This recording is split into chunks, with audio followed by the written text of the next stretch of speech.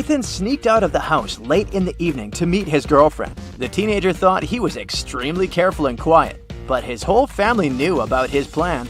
They were aware that the guy would return at midnight. They decided to make a bet. The one who would see Nathan first when the guy started climbing the fence would be the winner.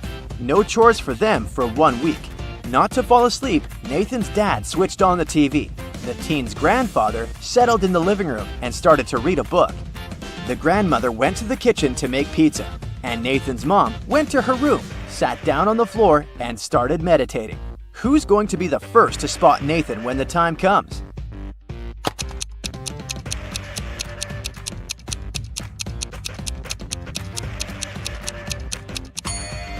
Nathan's mom. Her eyes will be used to the darkness, and she will see better than the others.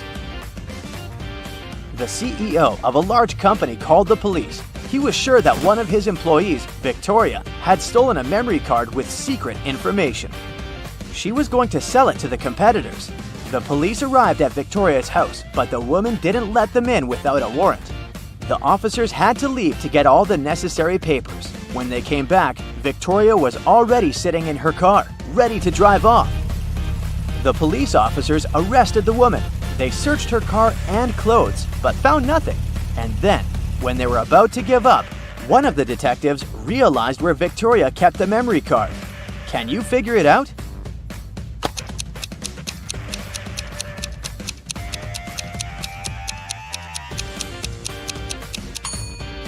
When the police first came to her, the woman had her hair down, but after that, Victoria changed her hairstyle. The memory card is in her bun. Martin was driving past a bus stop when he saw 3 people standing there. One of them was Monica, a woman he had a crush on. Martin also spotted Sam, his friend, and an elderly lady who looked like she was freezing. Unfortunately, Martin had a 2-seater car. What should he do?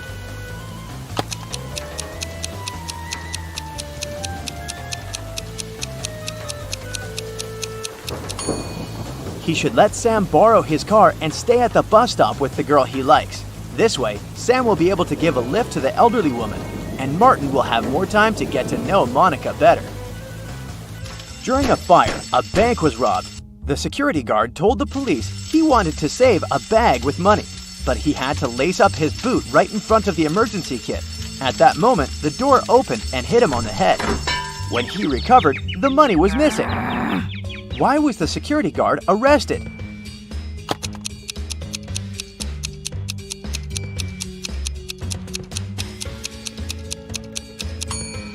All emergency doors open outward.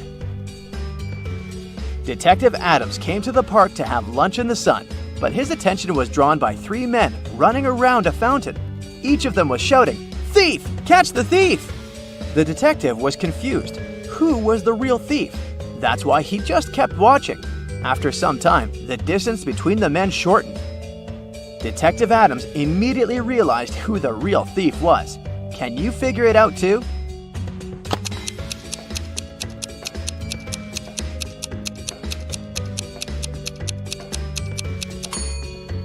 If the third man was the thief, the second one would only have to turn around to catch him. The same goes for the second man, which means the man running in first is the criminal. Someone robbed a bank in a large city. A police detective went to visit the main suspect. "I've been feeling unwell all this week, and I haven't left my apartment for 3 days. I didn't even need food. My fridge is full. You can make sure yourself," the suspect said, and indeed opened his fridge. But the detective realized the man was lying and arrested him. How did he figure it out?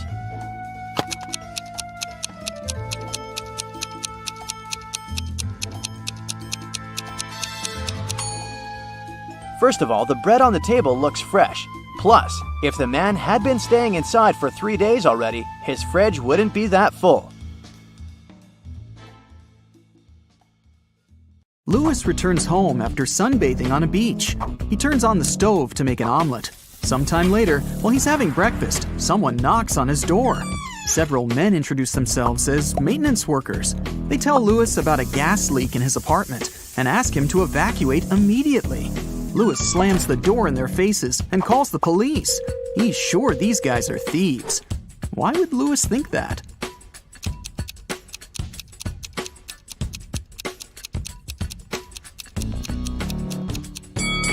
fried his eggs on the electric stove, not a gas one. Thieves wanted to lure him out of his apartment and steal his stuff. 6 people got stuck on a desert island. They know a helicopter will arrive in a few hours, but they need to eat something now. They have a pot, a bottle of fresh water, and 5 potatoes. They cook them and are about to have dinner. But first, they need to divide 5 potatoes of different sizes and shapes among 6 people. And the food should be distributed equally. How can they do it?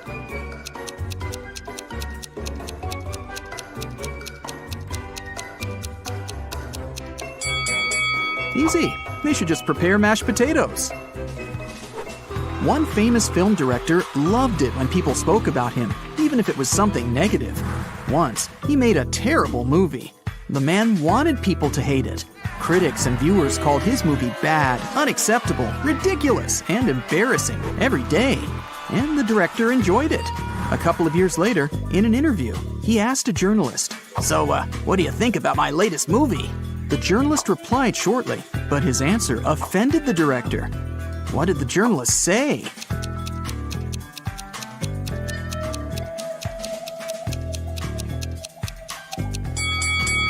I don't remember it.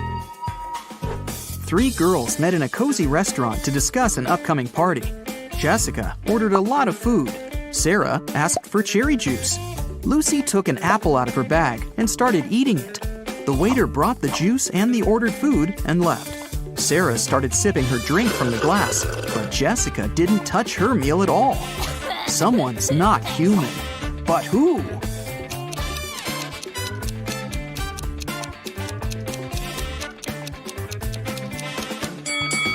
It's the waiter. Did you see that his hands were covered with scales and his pupils looked like those of a snake? A traveler is walking through a dense Amazon jungle. He's looking for a unique artifact that once belonged to an ancient tribe. If his mission is successful, he'll sell his find for millions of dollars. He comes out of the jungle into a wide clearing and sees 2 caves. They're both filled with traps, but only one of them contains the treasure. The traveler's sure he'll be able to deal with all the dangers, but only if he chooses the right cave. Which cave should he opt for?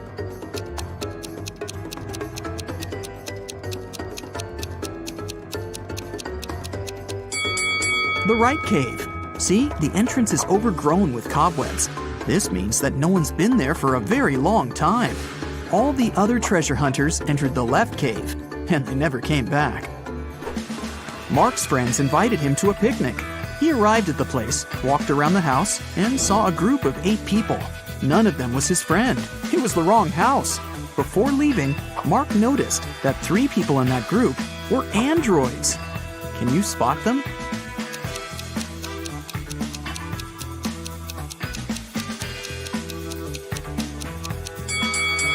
That guy is pouring a drink from a gasoline container.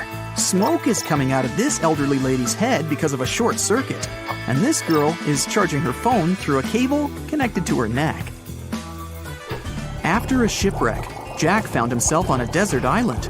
He built a raft and equipped it with small sails that he took from the ruined ship. Jack couldn't sail far from the shore because there was no wind. A few days later, he noticed a ship. It was approaching the island, but its wind-filled sails were facing the opposite direction. According to the laws of physics, it should be sailing away from the island. Besides, there was no wind. So how is it possible that the ship was getting closer to the shore?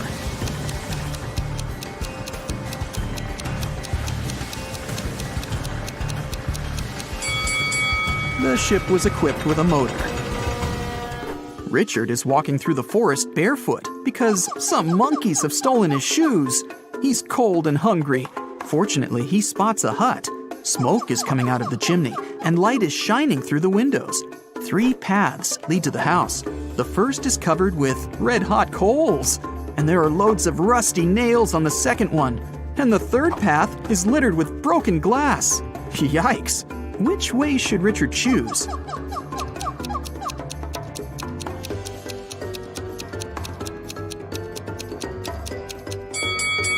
It's cold, so Richard can wait until the coals cool down.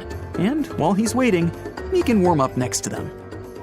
Toby has been wandering through the desert for several hours. The sun's burning his neck. There's nothing but hot sand around. He's run out of all the water he had. Toby gets weaker and weaker, and finally, he falls down. At this moment, he sees two tiny ponds. Toby only has enough strength to get to one of them. Which of these ponds is a mirage, and which is real?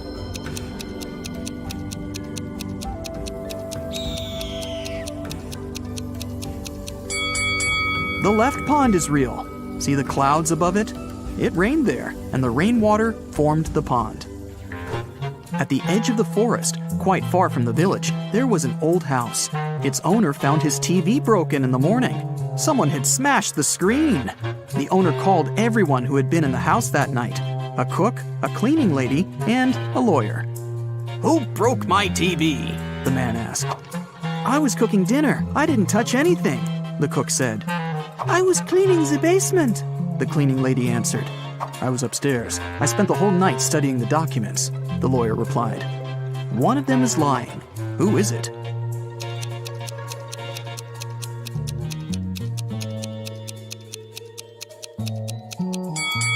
The lawyer.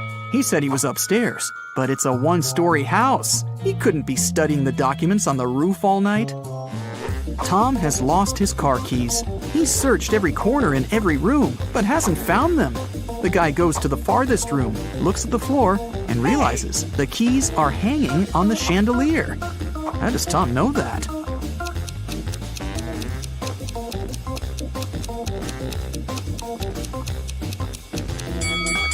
The floor is reflective.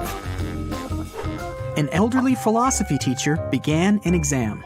His students were sitting in their seats, listening to him. "Here's a task for you. Prove that everything that happens around me is real, and I'm not sleeping. Whoever writes the most convincing proof will get the highest points." The students had been writing for several hours, but almost no one got a good grade, except for one girl. She wrote an essay consisting of several words. What did she put on paper?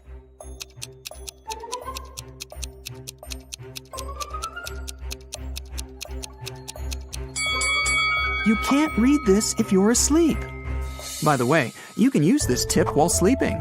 It's almost impossible to read anything in a dream. Therefore, to find out whether you're asleep or not, look at your phone and try to read something.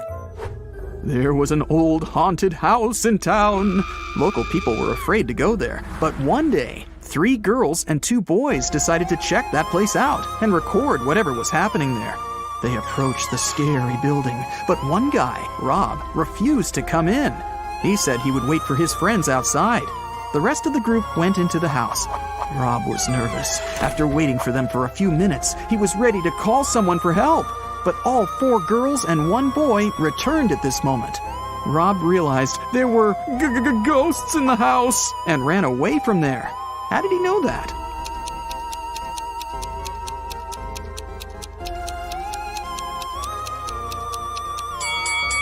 Three girls and 1 boy were in the house, but 5 people came out. 1 girl was a spirit. Rob saw her and ran away. Michael is walking along the sidewalk, holding his hands behind his back. A car appears from around the corner behind him. At this moment, Michael is walking near a big puddle. The driver accelerates. He's going to splash the water all over Michael. But at the last moment, he suddenly slows down and drives around the puddle. Why didn't he drench Michael?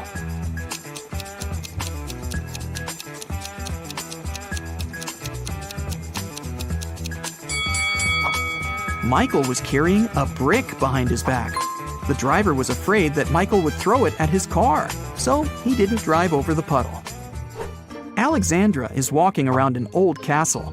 There are lots of portraits of kings and queens on the walls. The corridor is lit by candles. Alexandra goes down to the first floor, where several people are dancing. The girl feels as if she has somehow traveled to the previous century. But wait a minute, this is all fake. How did the girl understand that?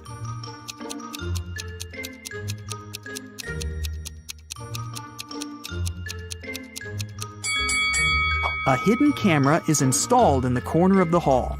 Also, that dancing girl has a smartwatch on her wrist. See?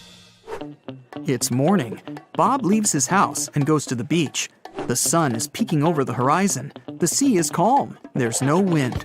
Bob sits down on the sand, closes his eyes, and begins to meditate. Several people come up to Bob and sit down next to him to meditate too. Bob opens his eyes, sees them, and realizes that something's wrong with these people. But what?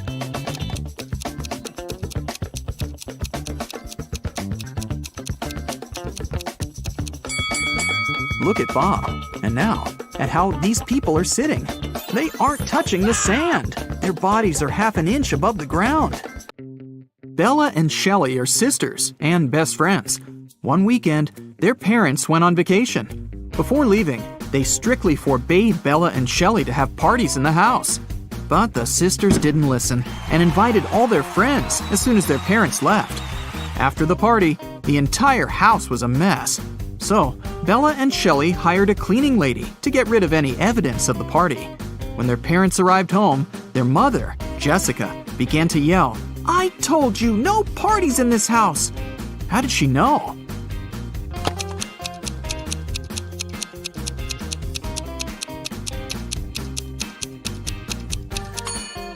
The house is too clean. There was dust on this glass vase when the parents left, but now it's fresh and clean. Jessica asked Bella and Shelley to mow the backyard lawn. None of the sisters wanted to do this annoying task. So, Shelley offered an easy way out. She put 2 cards in a hat and said, "I wrote mow on the first card and chill on the second. Pull a card and choose your destiny." Bella wasn't so naive. She suspected that Shelley was cheating and put both cards with mow written on them. But no one would believe her if she just tried to expose Shelley. And no one would look at the other card once her fate was decided. What should she do?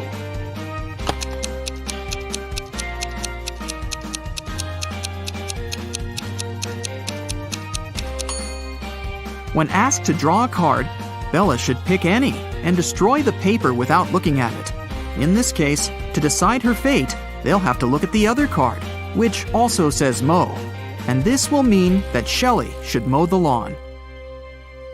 Over a cup of tea, Bella bet Shelley $10 that she could convert her $50 into $100. Do you think Shelley should accept the bet?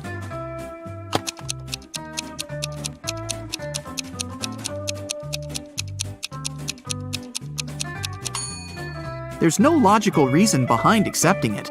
If Bella isn't able to convert the money, she'll lose the bet. But she has only $10 to lose. Meanwhile, Shelley is supposed to be giving her $50 from her wallet. Thus, even if Shelley wins the bet, she'll still lose $40. Bella and Shelley have a certain number of candies. If Bella gives 1 candy to Shelley, they'll have an equal number of candies. But if Shelley gives 1 candy to Bella, then Shelley will be left with half the number of candies that Bella has. Can you find out the number of candies they have right now?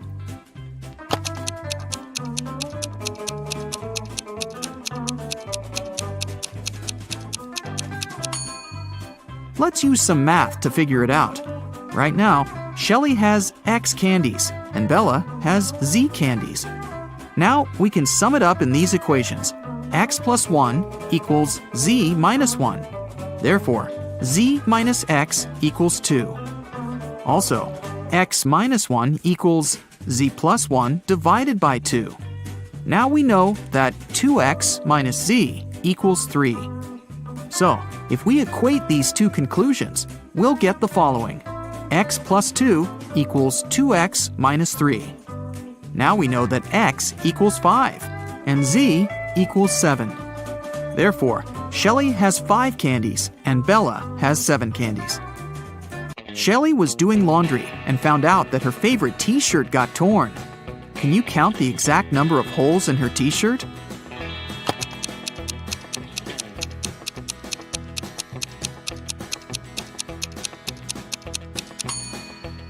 The answer is not 3 or 6, which most people must be guessing. The correct number of holes is 10. 1 hole for the neck, 2 holes for the arms, 1 hole for the torso, 3 holes in the front, and 3 holes in the back. Bella went to the basement to find her old books. Suddenly, the bulb burned out. Bella took the new bulb to replace it, but the wires are very tangled. Can you find the correct switch that will turn on the bulb?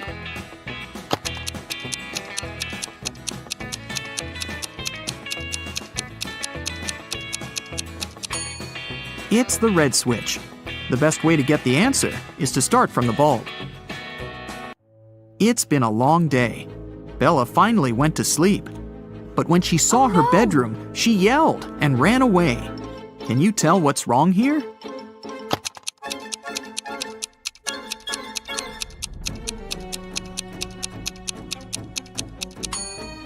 Did you notice this zombie? Bella ran to the living room and shut the door. Is she safe here?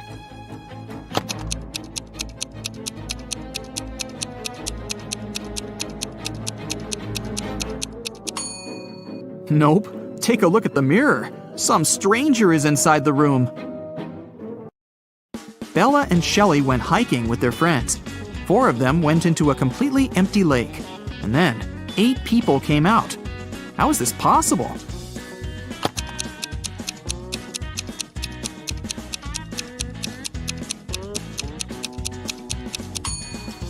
Four people were sitting on the shoulders of the other 4 when they were getting inside the lake.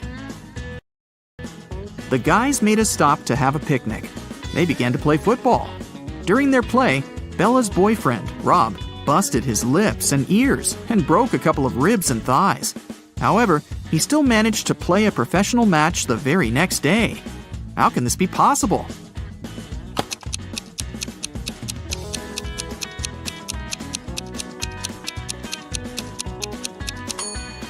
Rob knocked on his food plate accidentally while playing.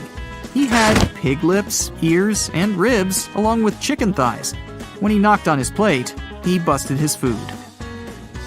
On the way home, the guys went through a field. They saw a cow. It walked 30 feet north, 30 feet east, 30 feet south, and finally walked 30 feet west. All this time, where was its tail pointing? Can you solve this mystery?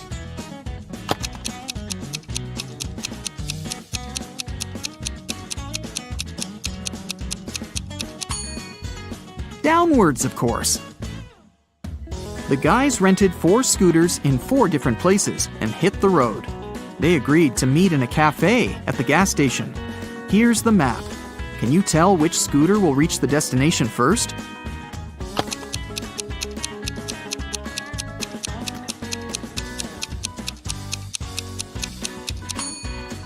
The third one. Bella and Shelley were trying to get the perfect gift for their father's birthday. Finally, they found this beautiful vintage watch, but they couldn't afford it. The seller offered them a deal. "Solve my riddle, and I'll make a 90% discount." The sisters agreed. The seller took out a $50 bill and asked, "What's the easiest way to double my money?" Can you help them solve this mystery?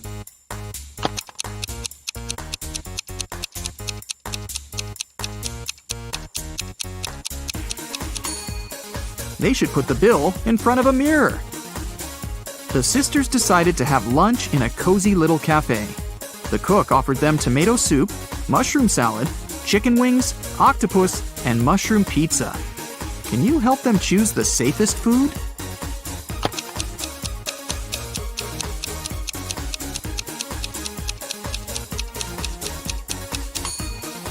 There are mirror shards in these chicken wings. Probably not the healthiest option. I'm pretty sure those mushrooms are poisonous too. This octopus is still alive, and this soup must be several weeks old.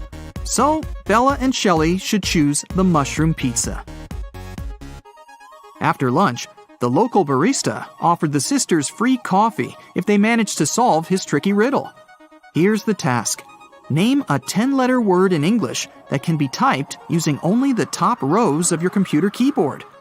Can you help the ladies get their free coffee?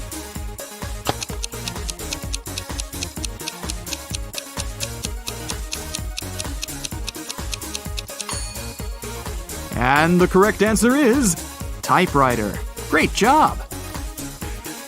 Shelley got a job at a restaurant. One night, a cook, a cobbler, and a doctor went to dinner together and asked Shelley to split the bill equally among them.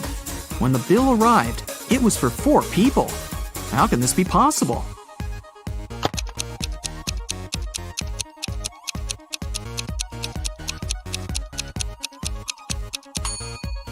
The 4th person was the knight. It was just misspelled as night. Shelley and Bella were walking down the street. Suddenly, they saw this creepy shadow. Can you guess what's going on here? Should they be worried?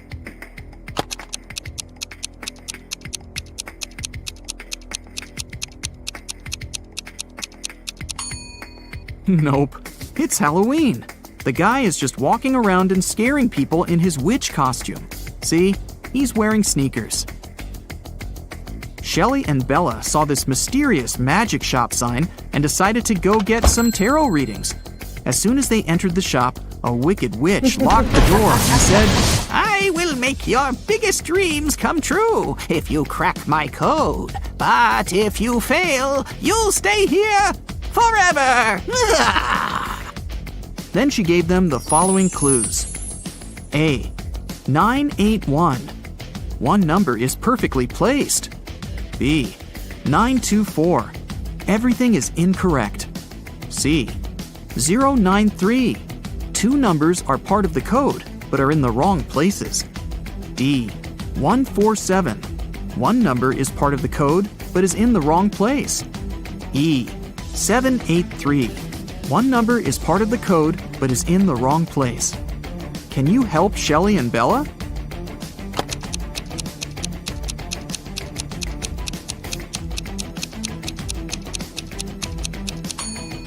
From clues A and B, we learned that 9 is not in the code. It also means that 8 or 1 is in the code for sure. According to clue B, we know that 9, 2, and 4 are not in the code. From clue C, we know that 0 and 3 are in the final code. Clue E tells us that 7 and 8 are not in the final code because we already know that 3 is. And clue D tells us that 1 is also in the code because 4 and 7 are not. So, the correct code is 301. The witch has fulfilled Shelley and Bella's wishes. They wanted to thank her and decided to prepare her favorite drink from a recipe book. Unfortunately, the last ingredient was encrypted. Can you help them crack the code?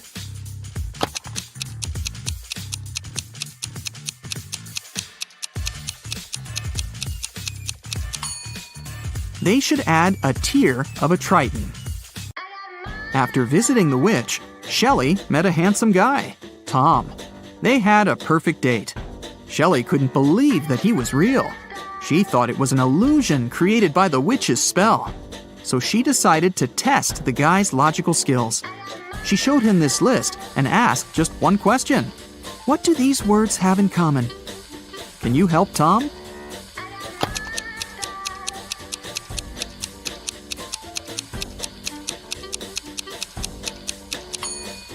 If we remove the first letter of each word and place it in the end, you'll be able to read the same word from the beginning and the end. Can you figure out the next number in this sequence?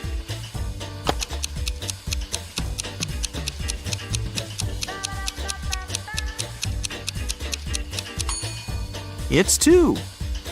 To make the puzzle seem harder, all digits are placed apart. In fact, the sequence consists of 2 different sequences. The first one is 2, 3, 4, 5, and so on.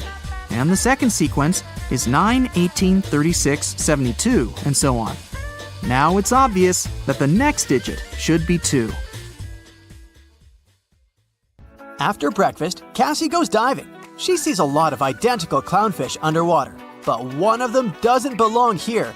Can you spot the odd fish out?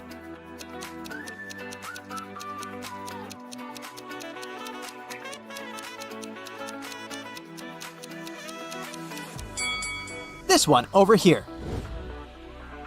Underwater, Cassie finds a treasure chest, but it's locked. Can you help her crack the combination lock?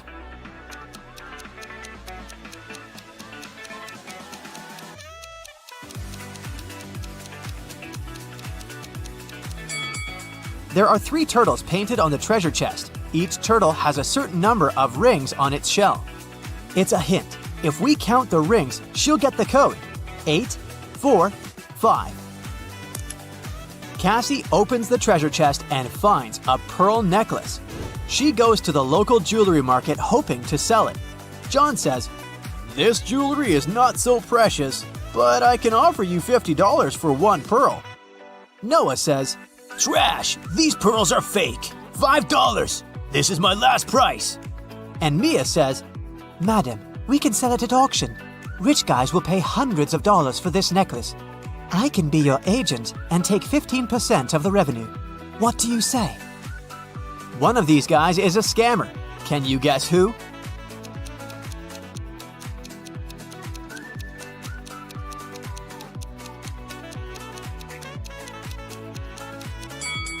Noah is wearing another person's work badge. Therefore, he had stolen someone else's identity. Cassie wants to buy a new swimsuit. She walks into a fitting room and sees these 3 pairs of legs. Can you guess who's broke?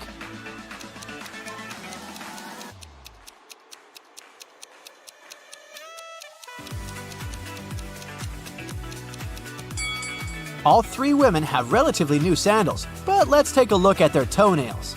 The first lady has an excellent fresh pedicure. The second one doesn't have any nail polish, but maybe she just prefers to look au naturel. And the third lady has toenails with peeled nail polish. Therefore, she's the one who's broke. In the hotel lobby, Cassie meets 2 of her roommates, Tina and Jeff. One of them is a werewolf. Can you guess who just by looking at this picture?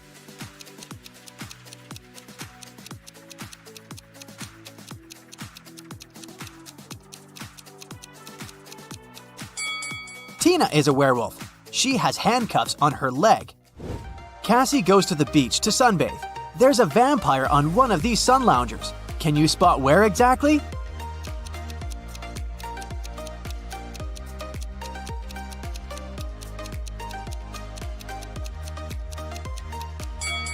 This pile of ash on the right used to be a vampire. There's a wedding ceremony on the beach. Unfortunately, after dinner, all the males at this party turned into zombies. Can you guess which zombie is her husband?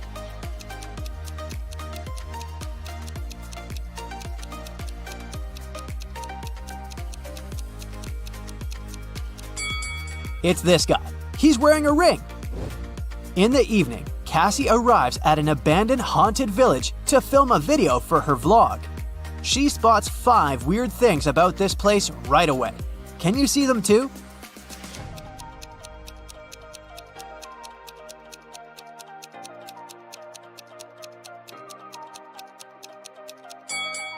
These orchids have teeth. Who left these huge claw marks on the wall of this house? It's summertime, but there's a snowman in the garden. There are 2 moons in the sky, and this cow doesn't have any shadow. Cassie returns to the hotel and sees a hot mess. Someone has been rummaging through her stuff. She interrogates 3 suspects. The maid says, "I cleaned your room in the afternoon. All your clothes and personal belongings were neatly folded in the closet. When I left, I locked the door." The plumber says, "I also entered your room in the afternoon to fix the toilet. Luckily, everything's fine now." And Cassie's neighbor says, "I was listening to music with headphones, so I didn't notice anything weird."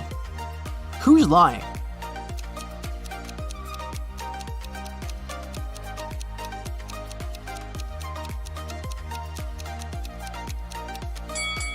It's the plumber. He said he fixed the toilet, but it's still clogged. One of the hotel guests, Peter, likes Cassie. He wants to impress her and shows her some pictures from his travel blog, but Cassie spots a fake right away. How?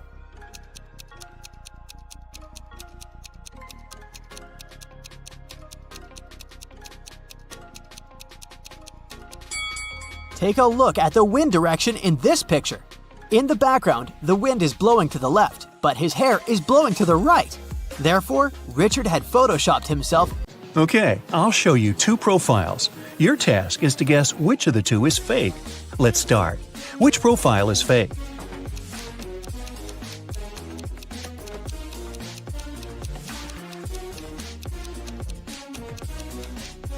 It must be the left one. The girl is only 13 years old. She can't be doing her PhD. What about these two?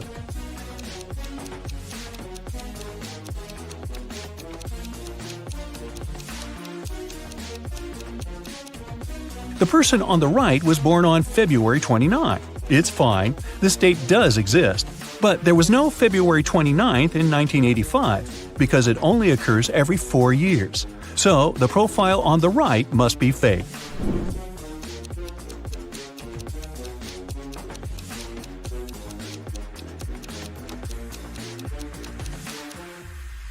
The left profile is fake. Pilots are supposed to have perfect vision, so the guy is probably lying about something. Take a good look at these profiles.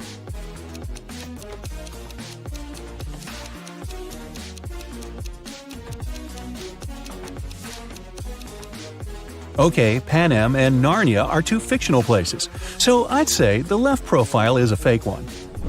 What can you say about these two?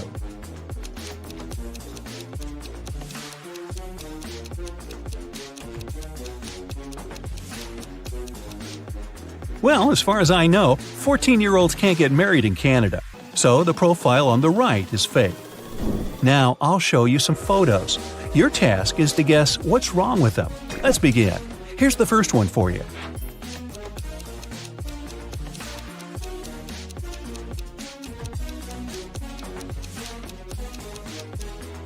Look, this train is transporting a modern car, but it's the Wild West. There were no cars back then. Can you tell what's wrong here?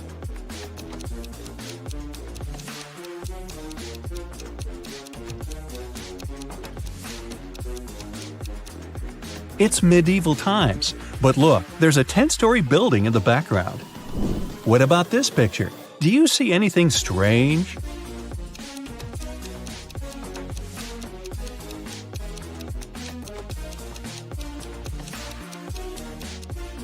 The woman is wearing sneakers. Now look closely. What seems odd here?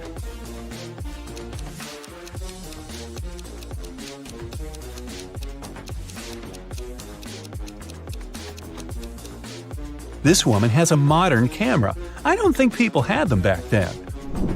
What do you think about this photo?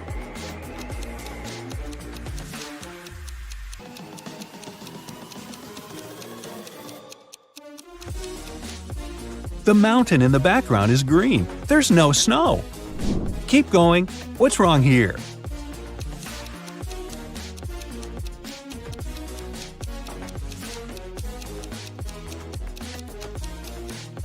Look, that guy in the back, he's wearing sneakers. Not the best thing to be wearing to a ball. Plus, this kind of footwear didn't exist back then. Be very attentive. Can you spot an odd detail here?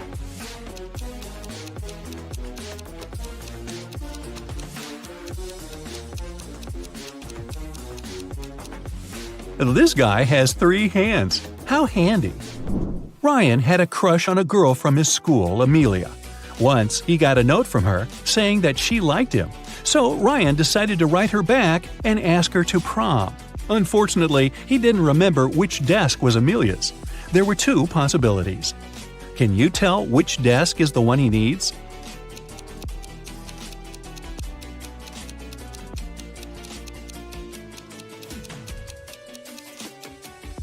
If you remember, the note was written in green ink. There's a similar green pen lying on the desk on the right, so this is most likely Amelia's desk. One Monday morning, a big sum of money went missing from the accountant's safe. 3 people were in the office at that time.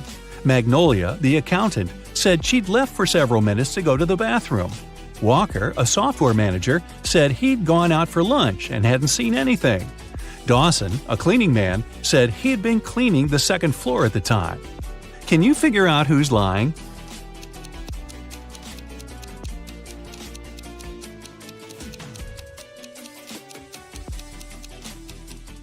It's Walker. He said he had been on his lunch break, but it was still morning at that time. Tessa works in a clothing store in the suburbs. She doesn't usually have many customers. One day, she only had 3. The first person got a belt and a purse, the second got a dress, and the third customer got a hat. One of them was a criminal, and Tessa reported them to the police. Who is the criminal, and how did the girl understand it?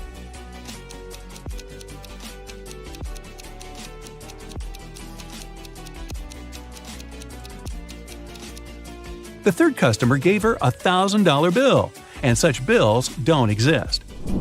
During her winter vacation, Serena went to the spookiest house in the neighborhood by herself. That was a mistake, because once she entered, the door got locked behind her. She saw 3 ways out. Behind the first door, there was a huge venomous spider. Behind the second door, there was a brick wall. Behind the third door, there was a huge lake. Which way should she opt for?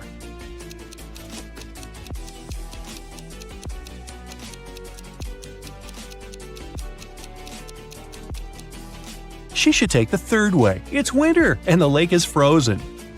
Serena told her friends what had happened to her, but no one believed her. The next day, Leslie went to that house too. The same thing happened. The door got locked, and the girl saw 3 dangerous ways out. A fire was raging behind the first door. Behind the second door, there was an angry ghost. If she opened the third door, a huge chunk of glass would fall down on her head. Which way should Leslie choose?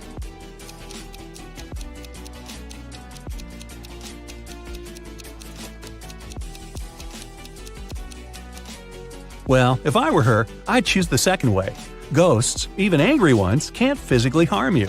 They can only freak you out. Now, look at the pictures I'll show you and try to find the odd image.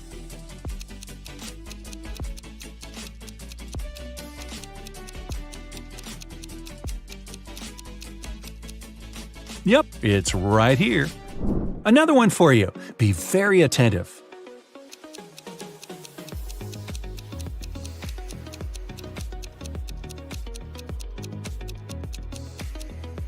Look, here it is. Now, let's make it harder. Here's a picture of many plants. Can you find 2 that are the same?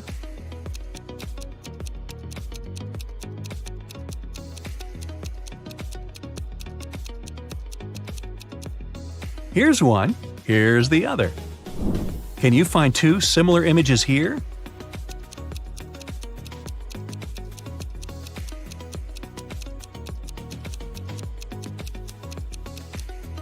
Look, here they are. Okay, now I have a maze for you. Can you find a way out?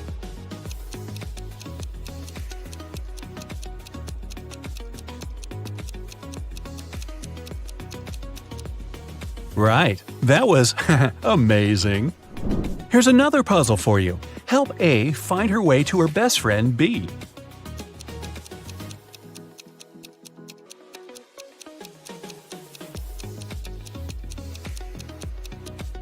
That's how she can do it. And another maze, the hardest one so far. Can you help the dog find its favorite plush toy?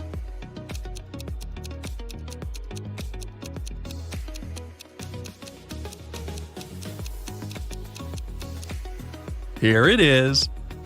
Kai and Nate went camping in the woods. Now, look, Kai is climbing a tree and Nate is picking up some firewood for the campfire. Who's in danger?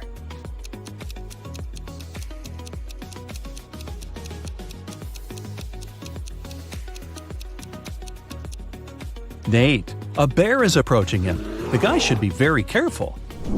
Ella and Grace are late for school, so they're taking a shortcut. Ella chose to go through the forest, and Grace decided to go across a frozen lake. Who is in danger?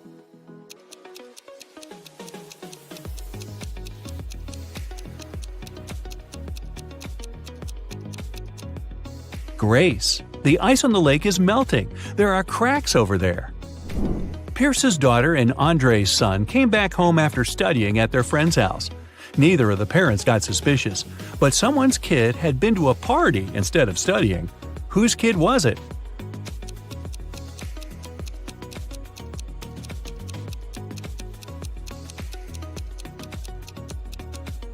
Andre's. Her son has a lipstick stain on the collar of his polo shirt. I'm guessing that was courtesy of Pierce's daughter. Gabriella and Emily are best friends. One of them is pregnant, and the other one just pretends to be pregnant to get some perks. Can you figure out which girl is faking?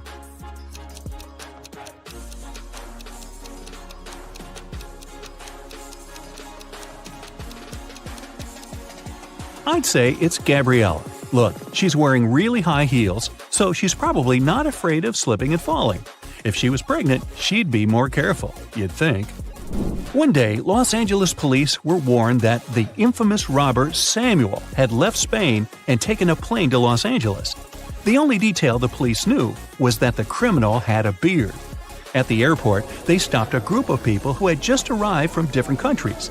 The detectives noticed 3 bearded men and interrogated them. The first guy said that he'd come from London.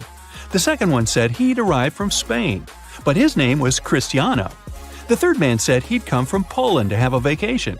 The detectives didn't even need to check their plane tickets to figure out who the robber was. Who do you think the criminal is?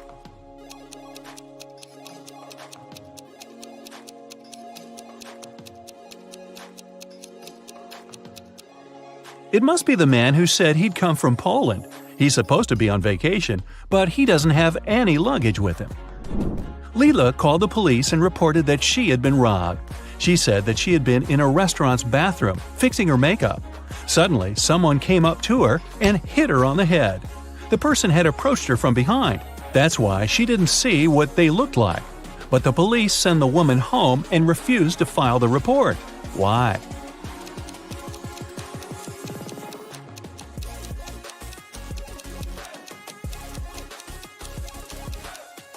The woman said she'd been fixing her makeup. Then she had to be looking in the mirror. If someone had tried to approach her from behind, she would have seen that person. But she said she hadn't. She must have made up the whole story. Several girls went missing in a small town. The police only managed to find them half a year after the first one had disappeared. When officers entered the place, they saw just 3 girls.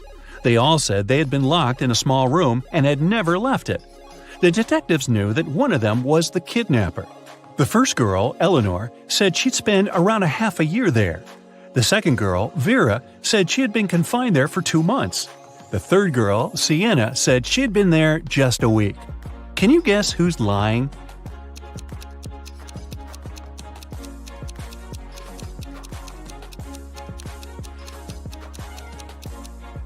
It must be Vera. Look, both Vera and Sienna have a pretty manicure. It's okay for Sienna because she's only spent a week there, but Vera's manicure would be all messed up after being locked for 2 months. For casting a spell, Flora should put these stones in the correct order. She has 4 of them: purple, green, red, and blue. The instruction says, 1. The red one only has 1 stone next to it. 2. The green and purple stones aren't next to each other. 3. The green stone is the last one. Can you help Flora?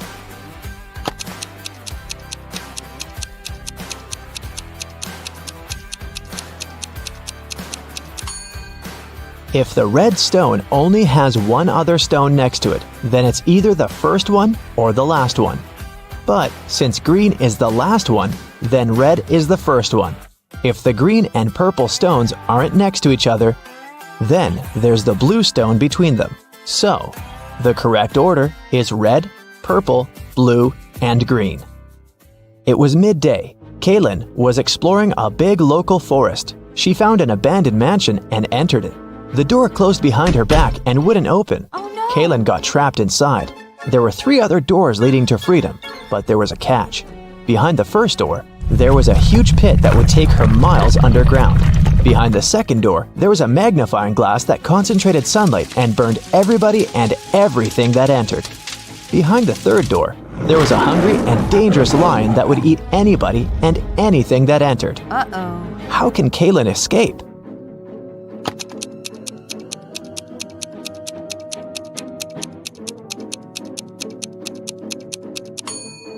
Kaylin should wait until sunset. When the sun goes down, the second door with the magnifying glass won't be dangerous anymore.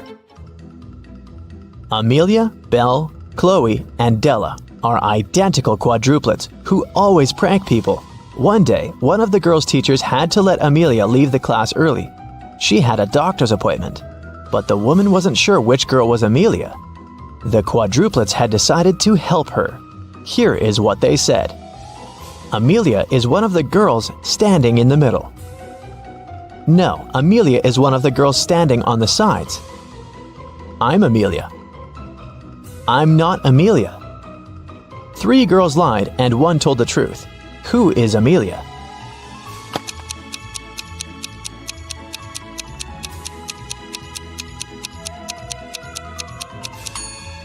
If Amelia is the first girl, then 2 girls told the truth, the second and the fourth ones. If Amelia is the second girl, then the first and the fourth girls told the truth. If Amelia is the third girl, then the first and the third ones told the truth. But if Amelia is the fourth girl, then only the second girl told the truth. So, Amelia must be the fourth girl. Esme was having a walk in the forest and got lost. She found a witch's house, petted her black cat, and asked the witch to send her home. The witch wanted to play a game. If Esme won, she'd send her home. But if Esme lost, she'd have to stay with the witch forever. We'll be saying numbers between 1 and 10. The next player will have to choose a number that's between 1 to 10 greater than the previous one. The first person to say 50 wins. You can start. How can Esme win?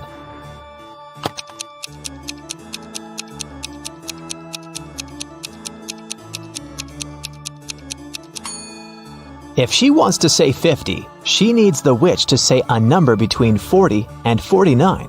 So, before 50, she has to say 39. If she wants to say 39, the witch has to say a number between 29 and 38. So, Esme has to say 28, and before that, 17, and before that, 6. So Esme must start with 6 and then say 17, 28, 39, and 50. Cassidy woke up in a dungeon and couldn't remember what happened to her. She needed to get out, but the door was locked and required a password. Can you guess what the password is?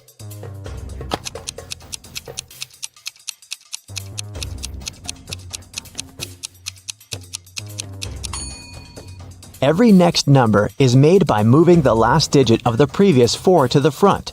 So, the password must be 4728.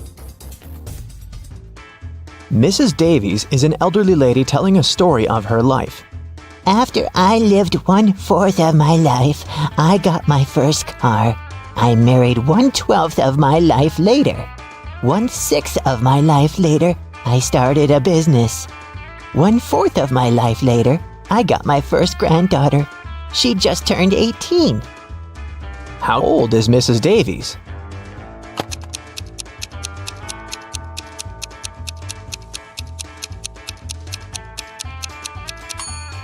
Let's say Mrs. Davies is X years old. 1/4 of her life, till she gets her first car, X is 4. Then we add 12 till her marriage. X till opening her business, 4 till the birth of her granddaughter, and finally 18 years from then till now. It should all be equal to X. If you solve this equation, you'll figure out that X is equal to 72. So, Mrs. Davies must be 72 years old. Esme was walking in the forest, and you know what? She didn't get lost this time. She knew how to get home, but the other road led to the witch's house, and the girl recently came up with a cool riddle for the witch. So, Esme decided to pay her a visit. She offered a deal. If the witch couldn't solve her riddle, Esme would get her cat. The witch agreed, and Esme gave her a square piece of paper, 4 inches by 4 inches, with a total area of 16 square inches.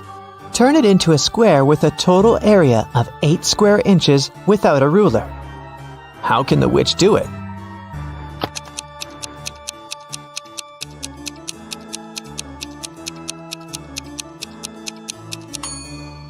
The witch should fold the 4 corners of the square towards the middle. This way, she'll get a square that is exactly twice as small as the original one. Apparently, the witch gets to keep her cat this time. There's a box filled with balls of different colors, 5 red ones, 8 blue ones, and 11 purple ones. Allison has a tricky task. Blindfolded, she has to keep picking up balls until she's sure that she has balls of at least 2 different colors. What's the minimum number of balls she should pull out of the box?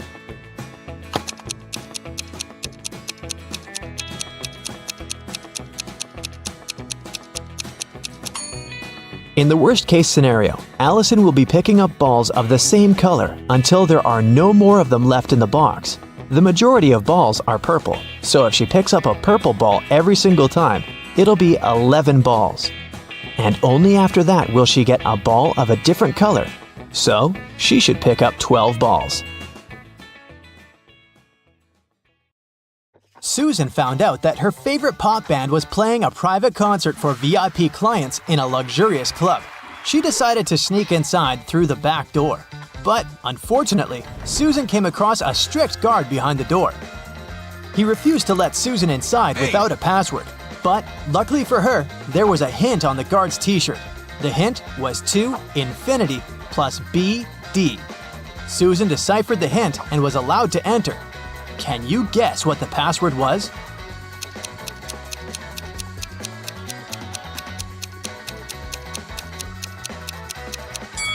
It was to infinity and beyond.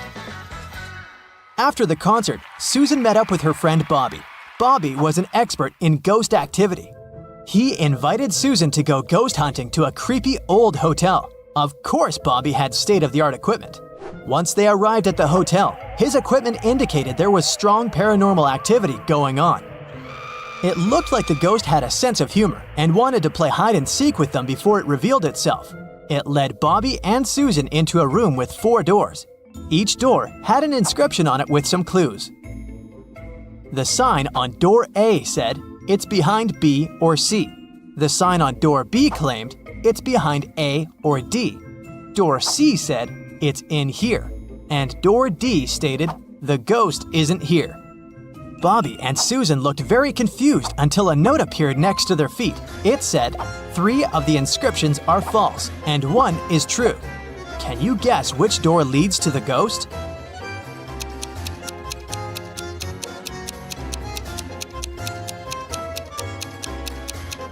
Let's see how this works. If the ghost was behind door A, then both statements B and D would be true. If it was behind door B, then both A and D would be true. If the ghost was behind door C, then A, C, and D would be all true. But if the ghost was behind door D, then the statements on all the doors would be false, except for that on door B. This fits the rules, so the ghost must be behind door D. The next morning, Bobby called Susan again, saying that he had a surprise. He had won 2 tickets to Susan's favorite theme park and asked her if she wanted to go. Before she answered, though, Bobby warned her that she had to crack a very difficult riddle. Only then would he give her a ticket. She agreed. For a school challenge, 100 students received a number between 1 and 100. Each student was instructed to go inside a classroom that had exactly 100 boxes randomly numbered from 1 to 100. Inside each box, there was a slip of paper with a random number between 1 and 100 on it. Now, each student needed to enter the classroom on their own and find the box that contained the slip of paper with their number on it. But in order to do so, each of them was only allowed to open a maximum of 50 boxes. They were instructed to leave the room exactly as they found it, and they weren't allowed to communicate with other students once they'd left the room. If all of the students managed to find their numbers inside the boxes, they would each get $100. But if one of them wasn't able to find their number, none of them would be able to win the prize. Bobby asked Susan if she knew the best strategy for all of the students to find their numbers and win the prize. After a few hours, Susan called Bobby with the answer. She managed to figure out the riddle. Can you guess what she answered?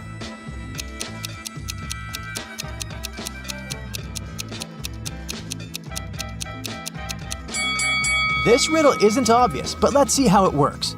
If each student searched for their numbers randomly, they would each have a 50% chance of finding the box with their number inside. This is because there were 100 boxes and they were allowed to look inside 50 of them. However, the probability of all of them finding their own number following this random strategy is absurdly small. So, to increase their chances of collectively finding their numbers, they would need a better approach. The students could use something called the loop strategy. After entering the classroom, they should go directly toward the box that has their number on top of it. The number inside probably won't be their number, but that's okay. They should check the number inside the box and go look for the box with that same number on top of it, and so on and so forth. They should keep doing this until they find the paper with their number on it. This strategy means there's more than a 30% chance of the students finding their numbers and winning the prize. It's not a huge probability, but hey, at least they'll have fun trying to figure it out. One afternoon, Susan found her father, Frank, in the living room. Frank was a private investigator and he had just received a message revealing the address of the town's most dangerous criminal, Dirty Jack. He decided to go check the area, even though he didn't know what the criminal looked like. The address turned out to be an old warehouse. When he busted inside, he found 4 people sitting at a table. They were a carpenter, a truck driver, a mechanic, and a firefighter. Without any hesitation, Frank arrested the firefighter. How did he know it was the criminal?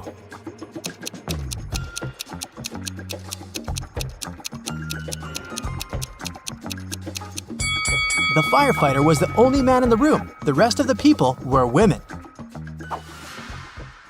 Bobby and Susan decided to go grab a cup of coffee. But when their orders arrived, Bobby's drink came with a fly in it. He called the waiter and asked him to change his cup. The waiter brought him another cup of coffee, but 2 seconds later, Bobby called the waiter again and said, "Hey, that's the same cup." How did he know?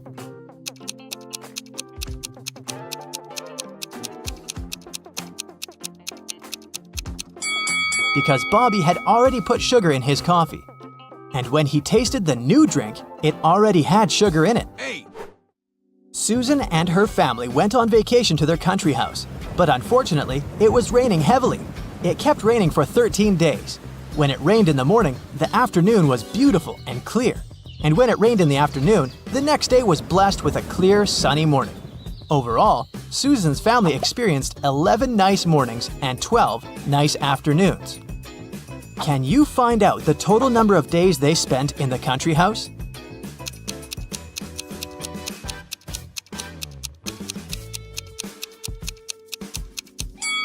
The total number is 18 days. Here's how you can figure it out.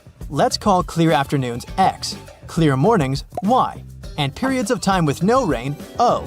This equation represents the number of days with rain, X plus Y equals 13. And here are the days with clear mornings, Y plus O equals 11. And this equation represents the days with clear afternoons, X plus O equals 12.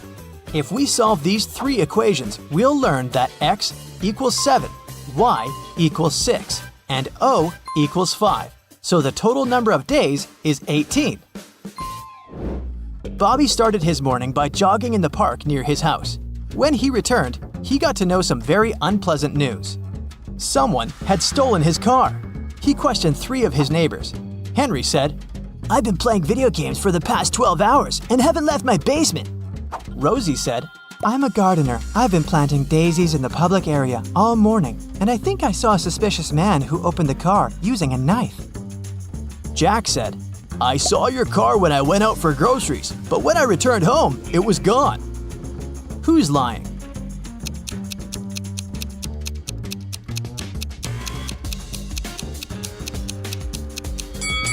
Rosie. She said she planted daisies, but look, there are only rose bushes in this area. One day, Susan found a box on her desk with a note that read, "What can run but never walks, has a mouth but never speaks, has a head but never weeps, has a bed but never sleeps." Can you decipher this riddle?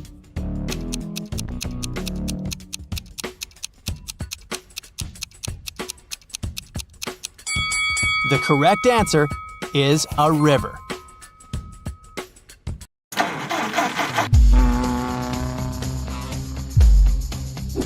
Cab driver Bobby was moving in the wrong direction on a one-way road. A police officer was standing nearby and noticed the driver, but he didn't stop or find Bobby. Why?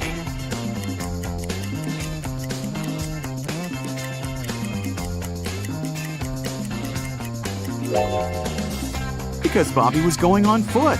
We've never mentioned that the cab driver was driving the cab, so this makes perfect sense. Bobby arrived at the local car service. He decided to give his car 3 coats of paint. Can you guess which coat would go on first?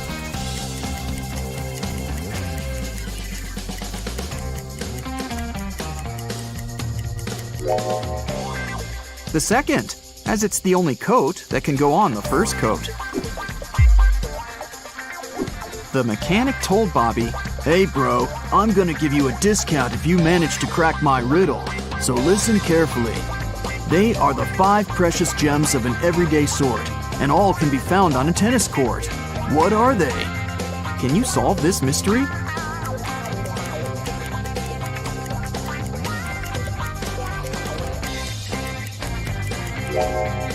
And the correct answer is the vowels A, E, I, O, and U.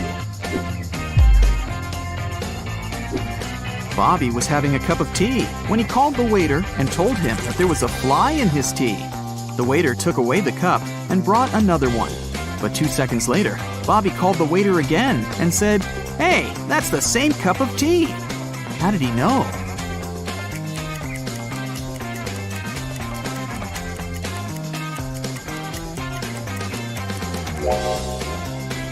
Bobby had already put sugar in his tea.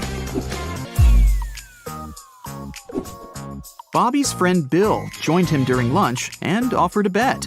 "If you solve my riddle, I'm going to pay for food. But if you fail, you're the one to pay." Bobby liked riddles and agreed. Bill put some matchsticks on the table and said, "Okay, here's the task. I've arranged matchsticks in a grid so that the first and second row, as well as the first and the third columns, contain 12 matchsticks each. Can you remove 4 matchsticks and rearrange all the remaining ones so that we're still left with 12 matchsticks in the first row, the second row, the first column, and the third column?" Can you help Bobby save some cash?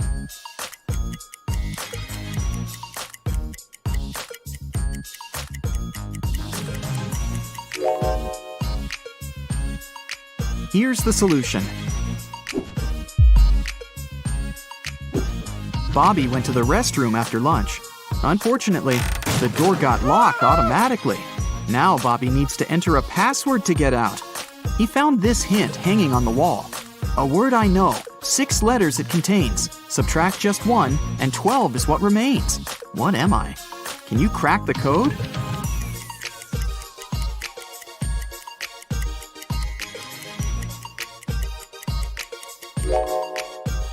The correct answer is dozens. Bobby was visiting a historical museum. He entered the wrong door and got stuck in a creepy dungeon. There, he found a sufficient supply of buckets filled with food, medicines, and drinking water for a week. But Bobby didn't want to stay there that long. He searched for ways out and found these 3 doors. A hungry bear and a cub are hiding behind the first door. The second door leads to a wall of fire, and the third door leads to a lake filled with crocodiles. Can you help Bobby choose the right door?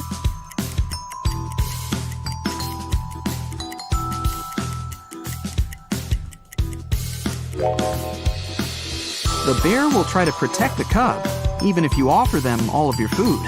Swimming through a lake with crocodiles is also a bad idea. But Bobby can distract the crocodiles with food and use water from the lake and the bucket to fight the fire. So, he should choose the second door. Bobby found out that his favorite rock band was playing a private concert for VIP clients in a luxury club. He decided to sneak inside the club through the backyard. But unfortunately, Bobby faced a strict guard behind the door. He refused to let Bobby in without a password. Can you help Bobby figure out the password?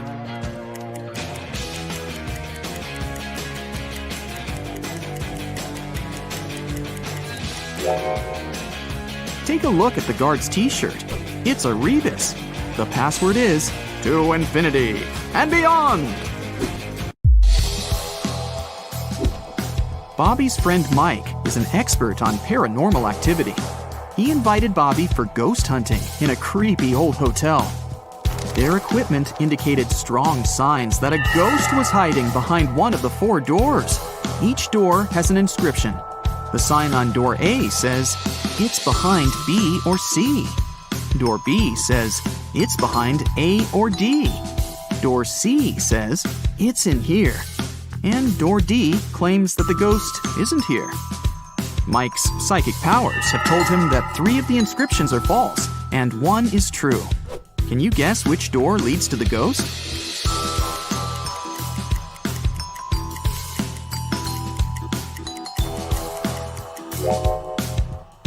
Door D leads to the ghost. Why? Well, if the ghost is behind door A, then both B and D are true. If the ghost is behind door B, then both A and D are true. If the ghost is behind door C, then A, C, and D are all true. But if the ghost is behind door D, then the statements on all the other doors are false, except for that on door B. This matches the rules. Mike was standing on a 100-foot, 30-meter ladder. He slipped from the ladder and fell to the ground. But after the fall, he was absolutely fine and not injured. How could that be?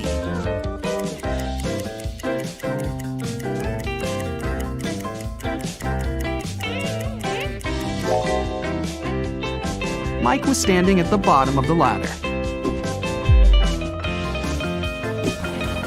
Bobby's friend brought him to a round desert island by helicopter and left him there. Bobby wanted to spend some time alone, but something went wrong. He met a lonely lion. Bobby and the lion are standing on the island that measures 1 unit in radius. Both of them can effortlessly run at the speed of 1 unit maximum. Let's suppose that the lion is very hungry. Will he be able to eat Bobby? And if yes, how long can Bobby survive on the island?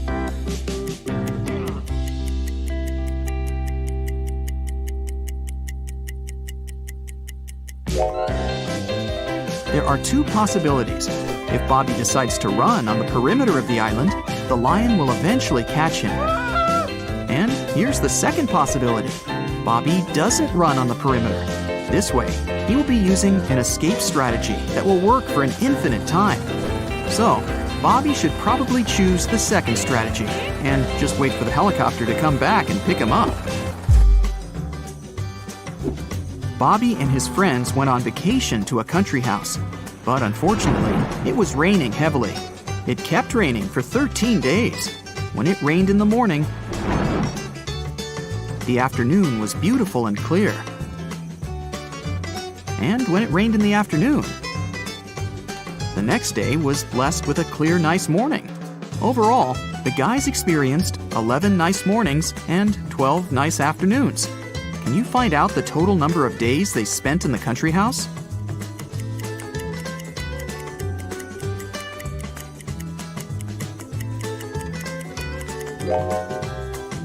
The correct answer is 18, and here's why. Let's call clear afternoons X, clear mornings Z, and no rain period O. This equation represents the number of days with rain. X plus Z equals 13. And here are the days with clear mornings. Z plus O equals 11. And this equation represents days with clear afternoons. X plus O equals 12. If we solve these 3 equations, we'll learn that X equals 7, Z equals 6, and O equals 5. So, the total number of days is 18. Bobby started his morning by jogging around a park near his house. When he returned, he faced very unpleasant news. Someone had stolen his cab car. He questioned 3 people standing nearby. Henry said, "Sorry about your car, bro. I've been playing video games for 24 hours. I haven't seen anything suspicious because I didn't leave my basement." Rosie said, "I'm a gardener. I've been planting daisies in the public area all morning. I think I saw a suspicious man who opened the cab car using a knife." Jack said, "I saw your car when I went out for groceries, but when I returned home, it was gone." Who's lying?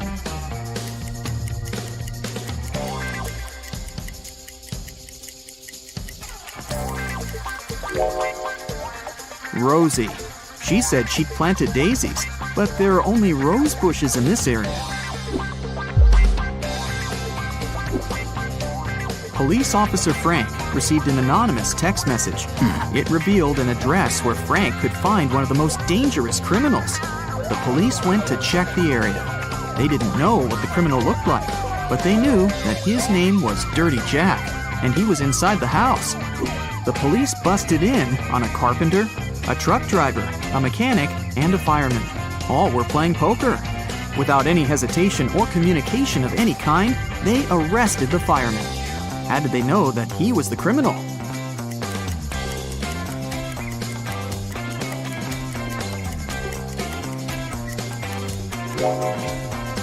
The fireman was the only male in the room. The rest of the poker players were women. Dirty Jack wanted to escape from prison and found 3 possible ways out. The first exit is guarded by hungry dogs. The second exit has a tricky trap. A cage will fall from the ceiling and catch anyone who steps on the floor in this room. And an angry guard is hiding behind the third exit. No prisoner can escape from him. Which door should he choose?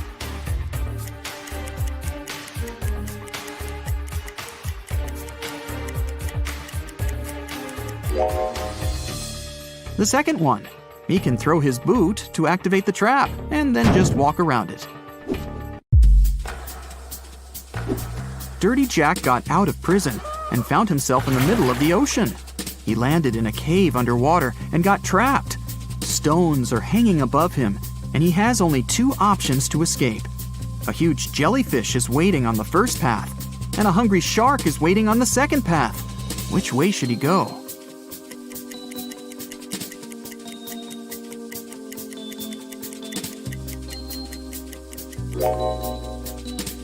Dirty Jack should choose the second option. Take a closer look. This shark has a Go Vegan tattoo. Therefore, it won't hurt a human. So he can easily climb up through the hole in the cave above and escape. What will be the resulting figure if we fold this open cube?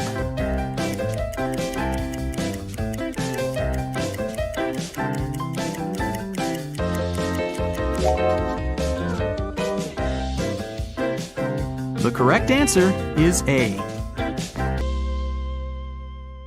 Psst. Share in the comments how many of these riddles you will answer correctly. Samantha and Jack got stranded on a tiny uninhabited island. They had no radio or cell phones, so they couldn't inform rescuers about their dire situation.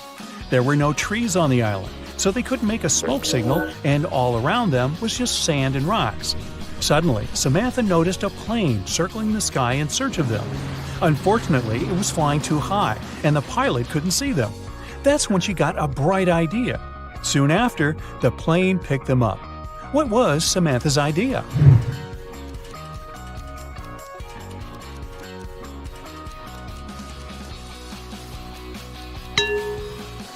To use rocks to spell out SOS on the sand. Detective Cooper needed to find out the very last piece of missing information in a case he had been dealing with lately.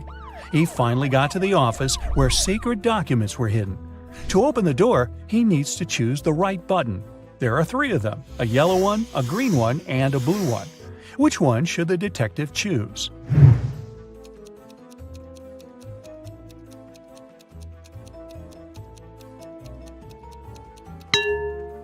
The detective needs to choose the blue button. It's pretty worn out, so it must have been used many times.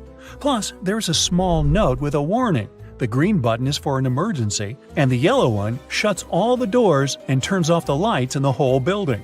Wow, I want one of those. One day, Amanda thought her boyfriend Eric had a secret from her. To find out what it was, she needed access to his laptop. She had no idea what the password was, but luckily, there was a post-it note right on his desk. However, she needed to decipher the pass. Apple, man, dawn. Can you crack this code?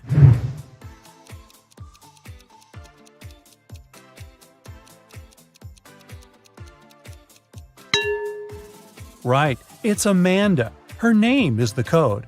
By the way, the secret he was hiding was the birthday present Eric had been choosing for her. Well, that's what you get for snooping. Jack and Jim agreed to say yes all day long to all questions. If one of them doesn't say yes to a question, he automatically loses and must give $100 to his friend. Jim realized there was one question nobody could say yes to. What question was it?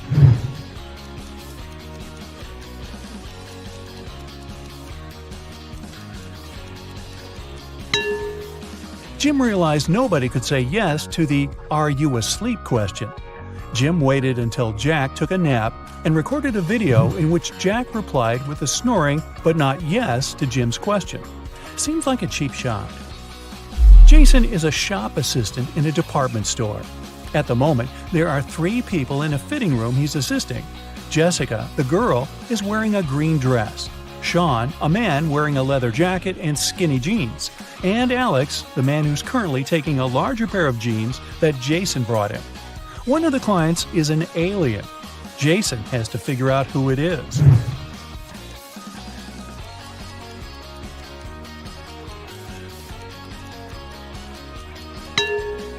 It's Alex. Take a closer look at his feet. Only a reptile or an alien could have such feet. Julian needed to find a very important document he'd lost. He looked through all the papers and finally found something that looked like the document he actually needed. However, a couple of seconds later, he realized there were 4 copies of this document looking precisely the same, or not. Can you guess which one is the real document?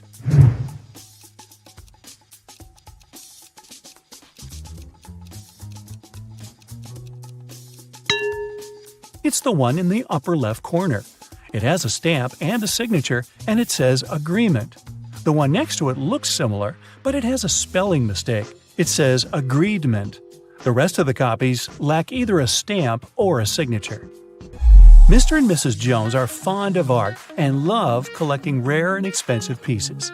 Once they had to go on a business trip, and when they came back home, they realized something precious was missing. They instantly called the police, but the officers were confused because no painting was taken. Why were Mr. and Mrs. Jones worried then?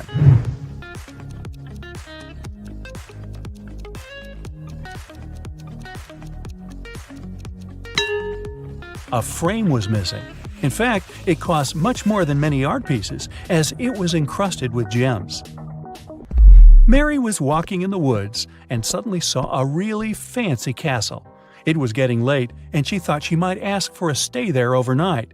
It was a wicked troll's castle, and he really didn't like intruders. Mary was captured and locked in a dark room with 2 guards. Still, the troll gave her a chance to break free. There are 2 doors in the room.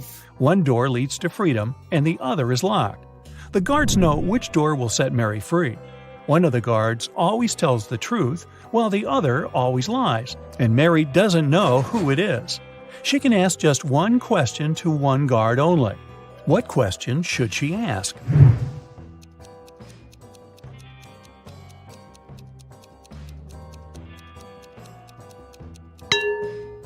If Mary says, "If I ask your colleague to show me the way to freedom, what door will it be?" No matter what the guard replies, they will point at the locked door. The one that lies will show the wrong door, and the one that doesn't lie will show the wrong door too, since it would be chosen by the one who lies. This way, Mary knows the wrong door, and she needs to select the other one. One man went to his friend's party and told his wife he'd be back before sunrise. He shaved and left home. He returned, as promised, before sunrise, but he was sporting a long, thick beard. How come?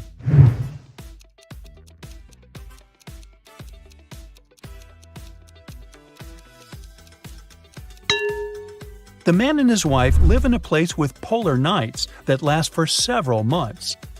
Anthony, the financial director of a big company, finally persuaded new partners to sign a super important agreement.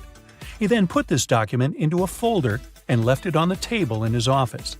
When he arrived at work the following day, the folder was gone.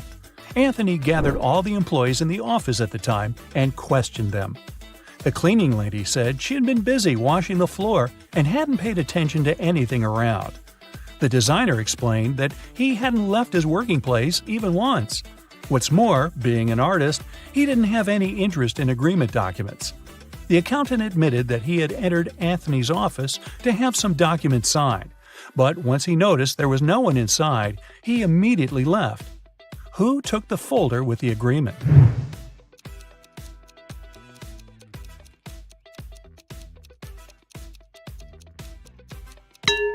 It was the designer. Anthony never mentioned which folder was gone. How would he know that the missing folder had an agreement inside? Eric wears either only black or only white socks. One morning, he was in a hurry to get ready for an important meeting. Suddenly, the power goes out. The guy has 10 white and 10 black socks in his drawer, but all of them are mixed. He doesn't want to look silly at work wearing different socks. If it's completely dark in the room and Eric can't see anything, how many socks should he pull out of the drawer to get himself 2 matching ones?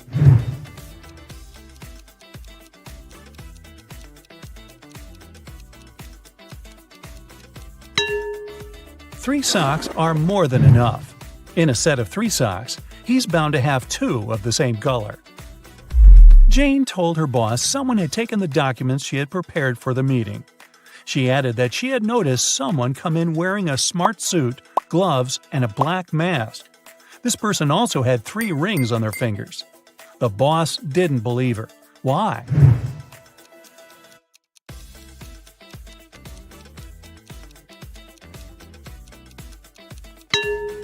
She said the person was wearing gloves. Then how did she see 3 rings on their fingers? Jane must have simply forgotten to print those documents out. On a nice warm day, Vivian, who lived in a town on the seashore, decided to go for a hike alone. But after hours of trekking, she ended up in a section of the forest she wasn't familiar with. Before her, there were 3 paths. One path had bare footprints leading away. Another had human footprints. And the third one was right by the river. Which one should Vivian take to find her way?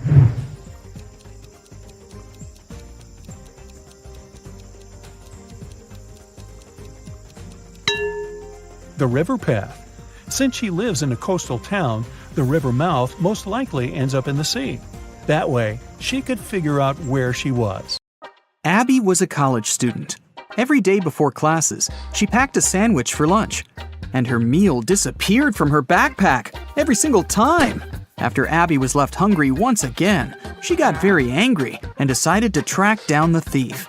The next day, she left her bag in the classroom, hid in a locker, and started waiting.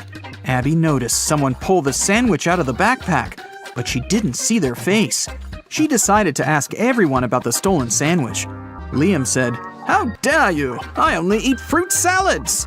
Jason said, "My granny made this sandwich for me." And Chuck said that he just bought his sandwich in the school vending machine. Who's lying?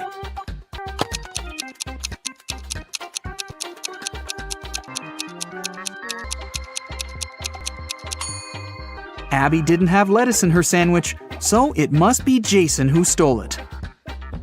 Abby passed her first test in college and decided to throw a party. She invited all of her friends. That was also the evening when Abby found out that one of them wasn't human. Can you tell who?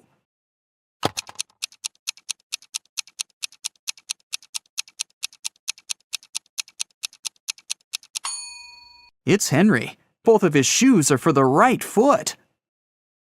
During spring break, Abby organized a garage sale to sell some of her old dresses. After a while, Abby got her first customer, Tina. The girl picked only one dress and asked Abby, "How much for this dress?" Abby answered, $30. Tina didn't want to spend that much, so she asked, "Could you sell it for $20? Abby agreed. Tina gave her $50, but Abby didn't have any change, so she went to her neighbor to ask for help.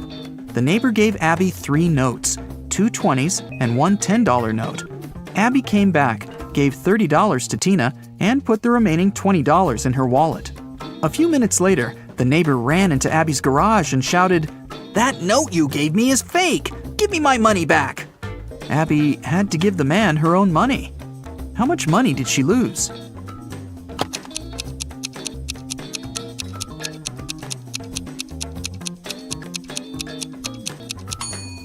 Well, firstly, Abby gave away the dress for free, and its full price was $30 before the discount. Then she had to pay $30 out of her own pocket to her neighbor. So, Abby lost a total of $60. Abby invited her best friend Nina to go skating in the park. Soon, they got really hungry and decided to buy some burgers. They chose similar toppings and added lots of sauces. 10 minutes later, Nina got very sick. Abby had to call 911. Paramedics took the girl to a hospital and diagnosed severe poisoning. Can you tell which sauce was poisoned?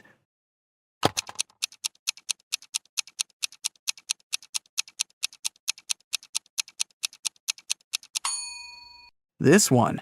Abby didn't use any garlic sauce. When Nina got better, Abby took her for a walk. They spotted the spookiest house in the neighborhood and decided to check it. That was a big mistake. When they got inside, the door behind them suddenly disappeared. Now they have 3 ways out. There's a zombie behind the first door. A creepy vampire is waiting behind the second door. And there's an angry ghost behind the third door. Which way is the safest?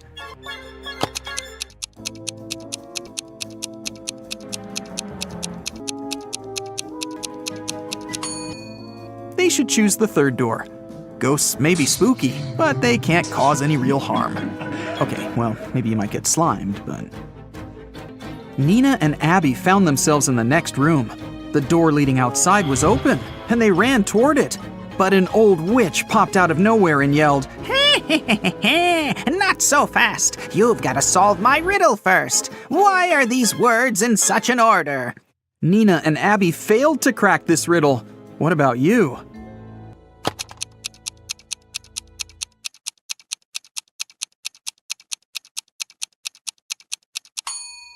Here's the correct answer.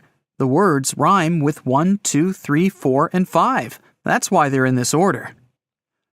The witch teleported Nina and Abby to her basement, but the girls didn't give up and found 3 ways out again. The room behind the first door was filled with toxic gas. It was extremely harmful to their lungs and skin. There was a 300-pound weight above the second door. It'll crush anyone or anything that steps inside. And a hungry tiger was waiting behind the third door. Abby and Nina hesitated for a while and made the right choice. Which door did they choose?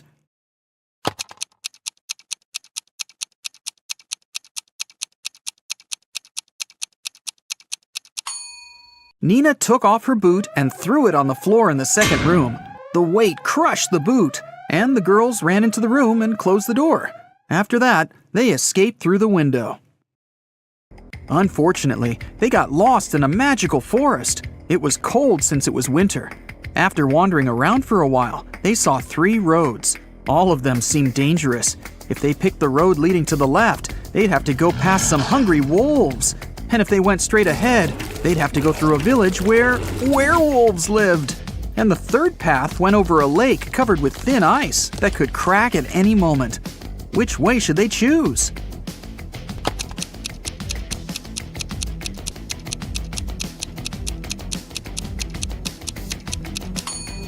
They should follow the second path. Look at the sky. It's a new moon, and werewolves are only dangerous during a full moon. Nina and Abby got home safely. But someone had burgled their apartment while they were absent. They called the police, and they questioned 3 neighbors.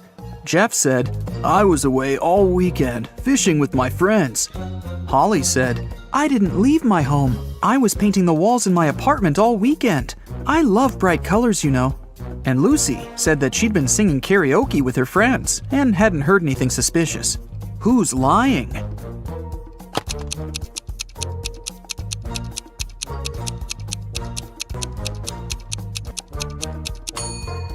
Holly. The walls in her apartment are mostly white, but she said that she'd painted them in some bright colors. Nina got a job in a bookstore. On her first day at work, she found a vintage watch on the floor.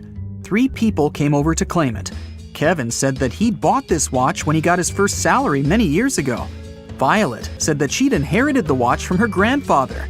And Dylan said, "This watch is priceless. My wife gave it to me for our 5th anniversary." Can you tell who owns this watch?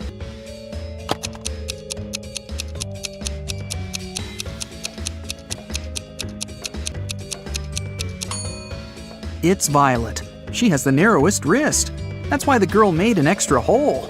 Otherwise, the watch would slip off her hand. Abby went on a date with Jerry. He invited her over, but as soon as Abby got inside his apartment, Jerry turned into an evil wizard. He decided to make fun of her and said, "I'll give you a chance to get free. Just make me breakfast tomorrow. If it's good enough, I'll let you go. And if it's bad, you'll stay here forever." The next morning, Abby came to the kitchen and began cooking. When she turned away from the stove, Jerry added a whole box of salt to the pot. But when Abby served breakfast, Jerry understood that he'd have to let Abby go. What did she cook?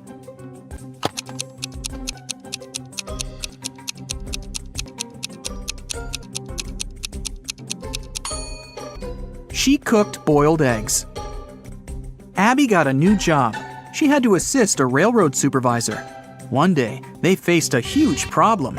A faster train was approaching a slower one. According to the schedule, the slower train had to let the faster train go first.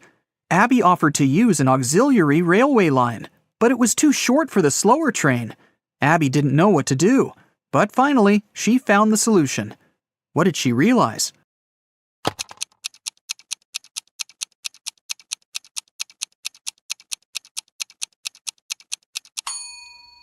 The faster train should use the auxiliary railway line. Now the slower train can move back. When the main railway line is free, the faster train can go first. Abby got a note which said that a vampire family had moved into one of the houses in the neighborhood. Abby wanted to find evidence that vampires didn't exist. She found the street she needed. There were 3 houses there. Which house looked suspicious?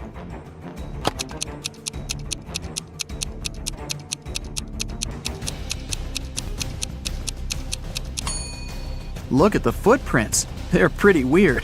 They lead to and from houses A and C. It means people must come and leave these houses. As for house B, the footprints only lead inside. So this must be the vampire's house. Abby told Nina about her adventures, but her friend didn't believe her. So the next night, Nina decided to go into the house on her own. Once she walked through the door, it got locked behind her back. Nina wandered around and found 3 doors. They looked the same, but the symbols on them were different. Suddenly, a creepy voice announced, "The only way to escape safely is to exit through the 5th door." "The only way to escape safely is to exit through the 5th door." But there were only 3 doors. Which door should Nina choose?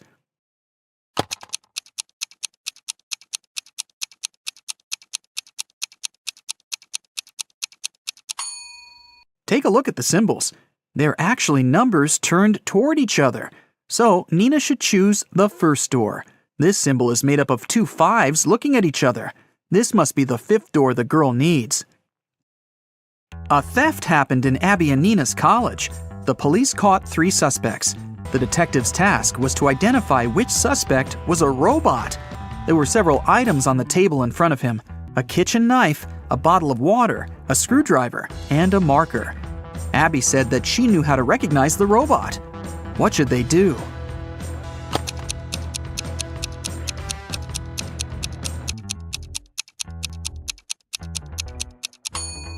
The detective should ask each of them to drink water from the bottle.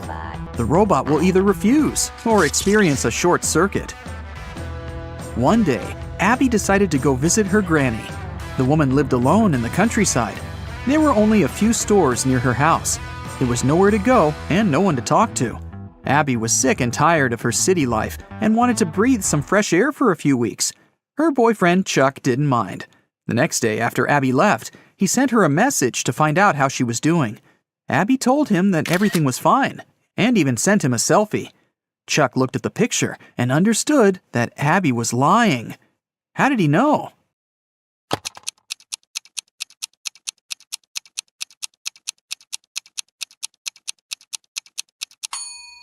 Take a look at the car. There's a movies sign reflected in the windshield. Betty has a sister, Amy. Gail is Betty's mother. Meanwhile, Dan is Gail's father and Samantha is Dan's mother. Can you figure out how Amy is related to Dan?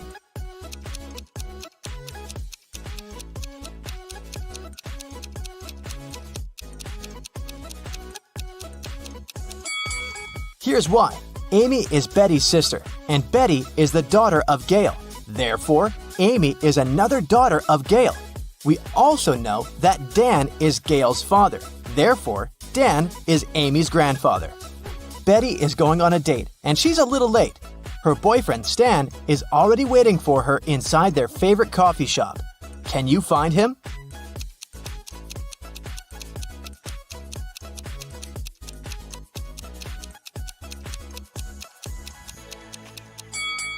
It's this guy on the right. He has a small gift box on the table. After the date, Betty takes a car sharing to go home. The car is parked at this point. Can you figure out the only point Betty can reach?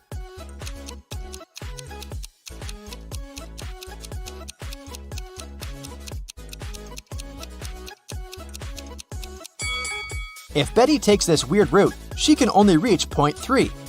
One of the most popular mailing websites is facing a system error. That's why the passwords of some clients are changed. Betty writes a message to the company's representative. My password is altered. I'm not able to log in. The company replies, this time your password is distinct and it has 8 letters, out of which 2 are the same as in your previous password. Betty replies, thanks, now I can log in. Can you figure out Betty's old and new passwords?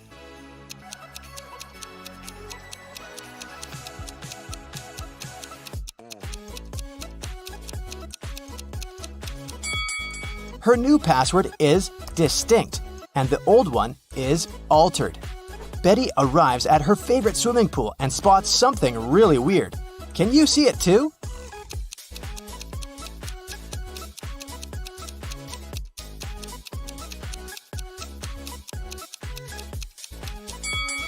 Someone swapped these guys' shadows. After swimming training, Betty goes to the public shower. There are other people in shower cubicles nearby. Can you spot who's unwanted here?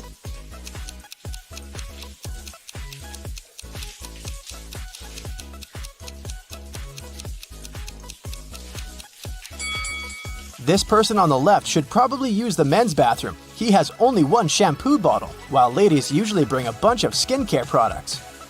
Betty meets her best friend Rob. He always tells the truth. Rob says, I have one specific whole number on my mind. It's 1, 2, or 3. You can ask me just one question, but I can only reply yes or no, or I don't know.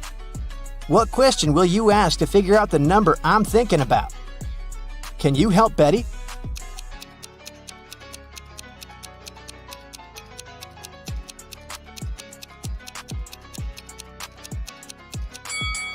She should say, I have one whole number on my mind. It's between 2 and 3.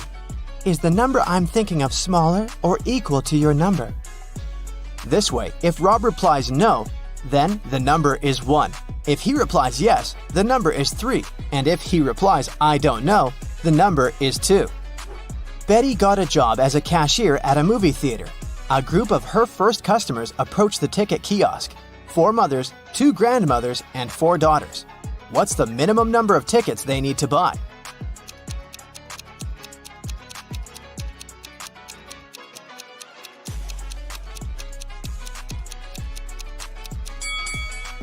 Only 6. Betty has 3 keys that open 3 different doors. How many attempts does she need to figure out the key for each door?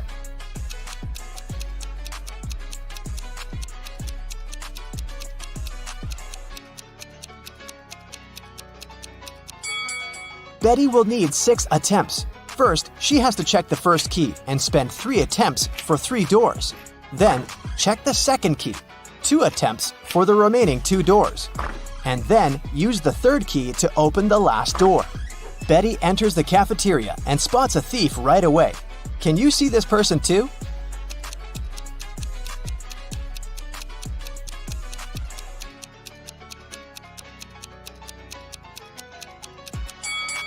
This elegant lady in the chair has a plastic detector attached to the stolen clothes.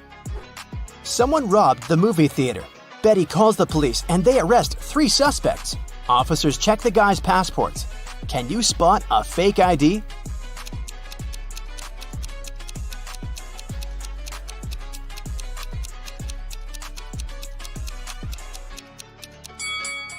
Most passport pictures have a white background, so the one in the middle is fake. Late at night, Betty is walking home in a snowstorm. She meets her neighbor walking a dog in the street and freaks out. Can you guess why?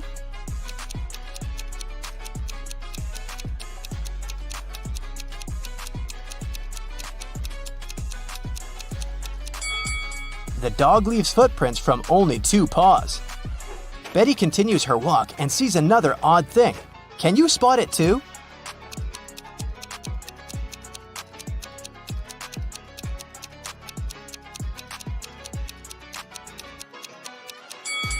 It should be the moon, not Saturn. Betty enters her apartment building and meets 3 neighbors in the elevator. One of them is a werewolf. Can you guess who?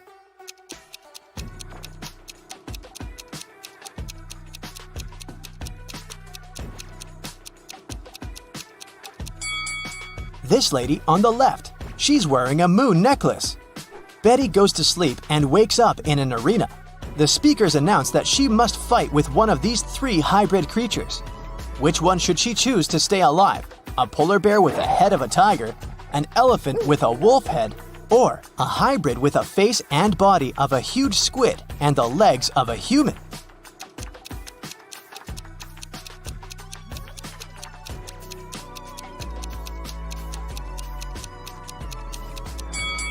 Betty should choose the 3rd hybrid. Since its body has gills, it won't be able to breathe and fight outside water. After the fight, Betty gets an invitation to meet the major investor of this competition, King Harold. She enters a big, beautiful hall and sees 6 people sitting in front of her. They're wearing the same outfit and look very similar. It's very hard to tell who's the real king here. But after a couple of minutes, Betty approaches one of them, bows, and says, "Nice to meet you, Your Majesty." How did she know who's the real king?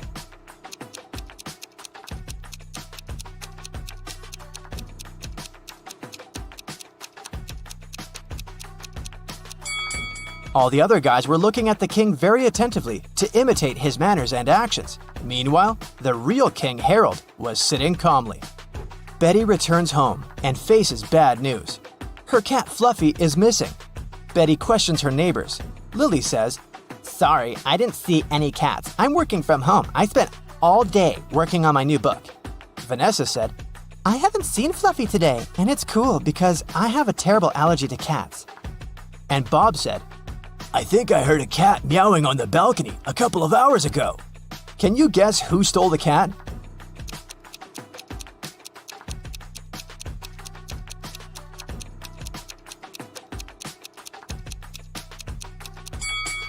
Nobody. Fluffy's been hiding under Betty's couch all this time. Betty's boyfriend Stan lives just a couple of blocks away from her place. Betty calls him on FaceTime and invites him over. But Stan says, "Sorry, honey, I've just got home feeling very sick. I'd rather go to bed early." Betty yelled, "Liar!" and hung up. Why?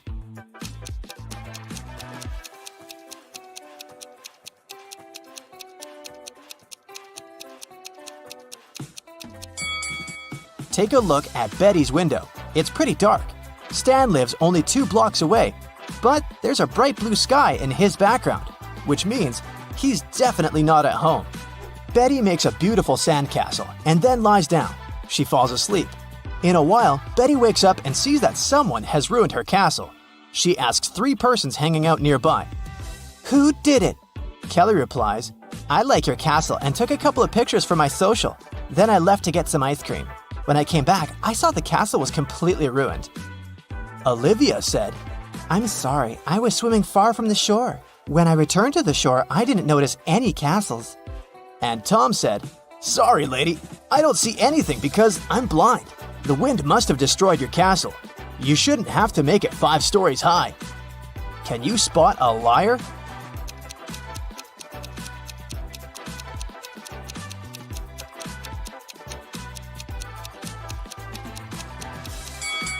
Tom is lying.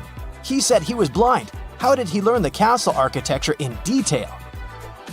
Betty is using an app to find accommodation for her vacation. She likes 3 offers. Rose invites her to stay in a cozy bedroom on the 4th floor of her luxurious villa for the price of $50 per night. Jane is ready to host one person in a tiny guest house in her backyard for $30. And Tyler offers to rent his boat for $200 per night. Fishing equipment is included. Only one of these advertisements isn't fake. Can you guess which one?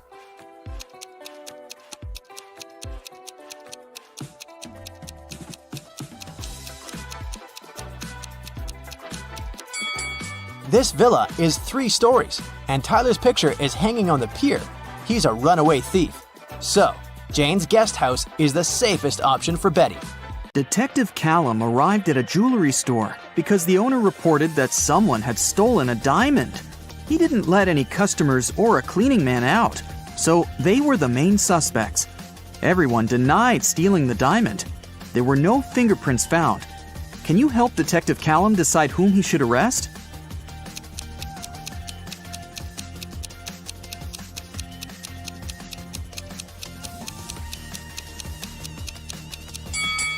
He should arrest the man and the woman wearing gloves.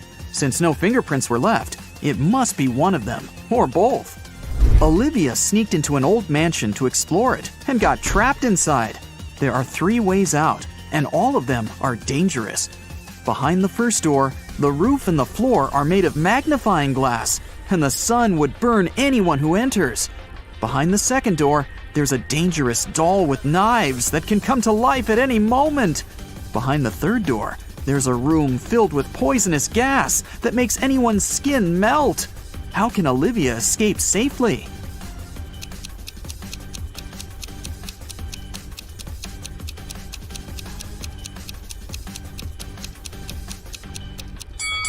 She can just leave through the first door.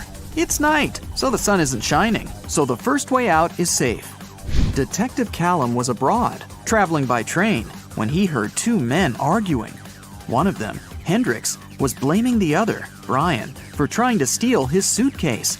Their suitcases looked exactly the same, and Brian claimed that he had just confused the 2 by accident. Detective Callum asked both men to open their suitcases. Do you think it was an accident?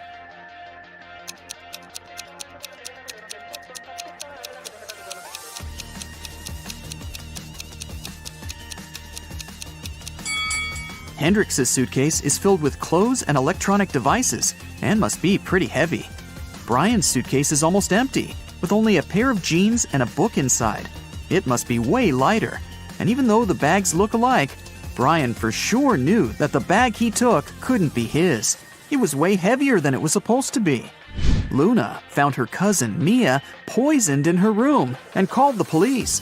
Detective Callum asked Luna what had happened. She said that she was walking past Mia's house when she saw that the light in her room was on. She walked to the window to see if Mia was there and saw her on the floor. She had a key, so she walked into the house and called the police.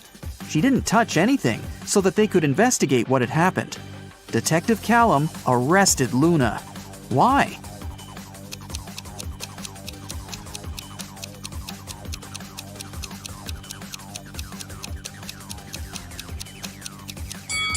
She said that she saw Mia in the window.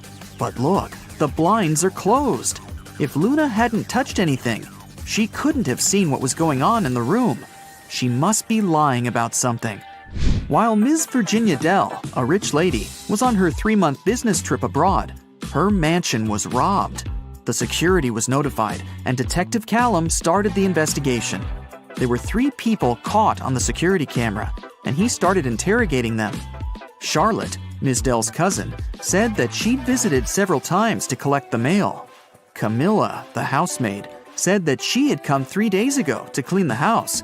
Ismail, the gardener, said that she came every Wednesday to take care of the garden. All of them denied stealing anything. Detective Callum arrested one of them. Whom?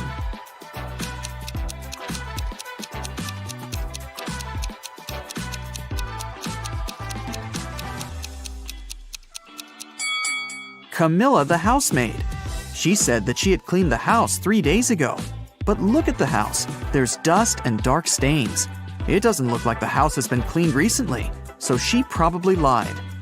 Abigail stayed late in the office because she had a lot of work to do. She left the room to get some snacks and a coffee. Half an hour later, she returned and found out that someone had stolen her wallet, so she called the police. Detective Callum interrogated 3 people who were still in the office. Noel, the cleaning man, said that he had been cleaning another floor and had never stepped into Abigail's office that day yet. Sonia, the accountant, said that she had been talking on the phone with her mom. Sean, a regional manager, said that he had been in his office, flooded with work. Who stole the wallet?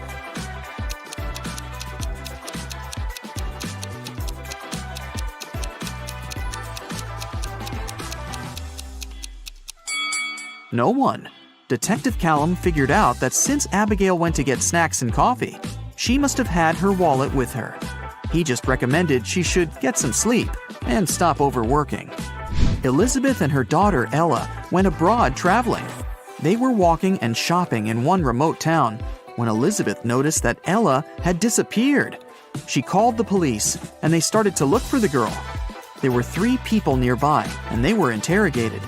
Layla said that she hadn't seen the girl. Madison said that she had seen the girl with her mom, but that was it. Amelia said that she had heard someone screaming, but she hadn't seen who it was. Who should be arrested?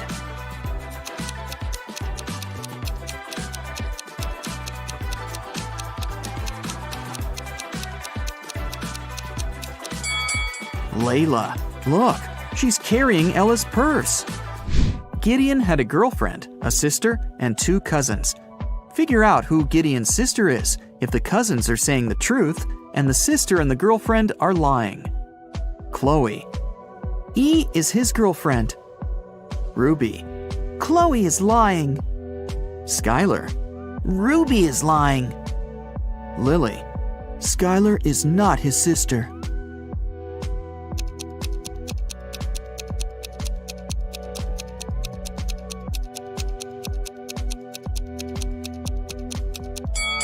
If Chloe is telling the truth, then Lily is lying. Then Skylar is his sister, who's also lying. So Ruby must be telling the truth, which contradicts that Chloe is telling the truth. So Chloe is for sure lying. Then Ruby is telling the truth, and Skylar is lying. So Lily is telling the truth. 2 liars are Chloe and Skylar, and they're Gideon's girlfriend and sister. Lily says that Skylar isn't his sister, so Skylar is his girlfriend, and then Chloe is his sister.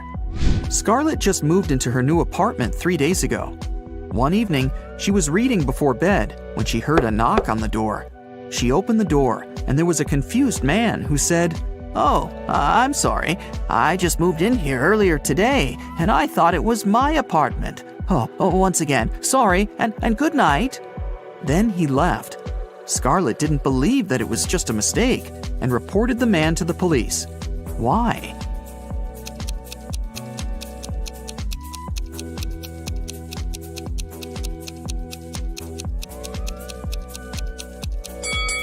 The problem was that the guy had knocked. If he had really thought it was his room, he would have tried to open it with his own keys. Nora lived alone in the city suburbs. She called the police and reported that someone had robbed her house and stolen her savings that she had been keeping in a pair of socks on one of her wardrobe shelves.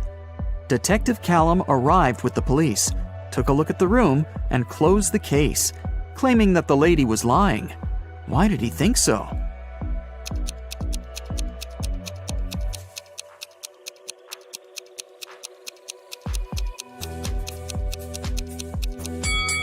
The room was absolutely clean. If someone had robbed the house, they would have made a mess while searching for money. The person who took the money must have known exactly where it was, which is unrealistic. Mrs. Ledger is a high school history teacher. One day, she started a sudden oral test, asking students questions from the back of the book. If the students figure out the order in which she asks, they can find the answer to their question in advance. The first 3 people she asked were Atlas, Eleanor, and Gracelyn. There are Zoe, Luca, Sienna, and Victoria left. Can you guess who will answer which question?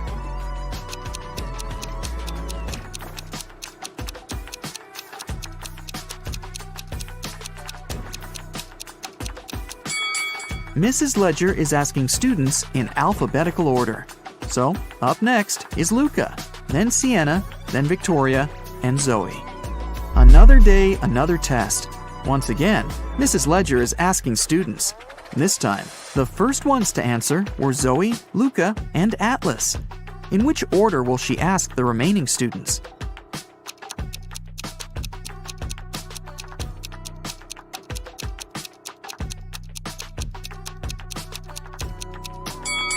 This time, she started with people with the shortest names.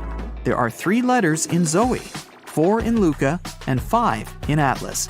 The next one is Sienna, who has 6 letters in her name. Then Eleanor with 7 letters, Victoria with 8 letters, and Gracelyn with 9. Ellie found herself locked in a dungeon and couldn't remember what had happened. She looked around and saw a door that could have been a way out, but it required a passcode and she didn't know it. Luckily, there was a hint. 1-802-3004-0803-2611.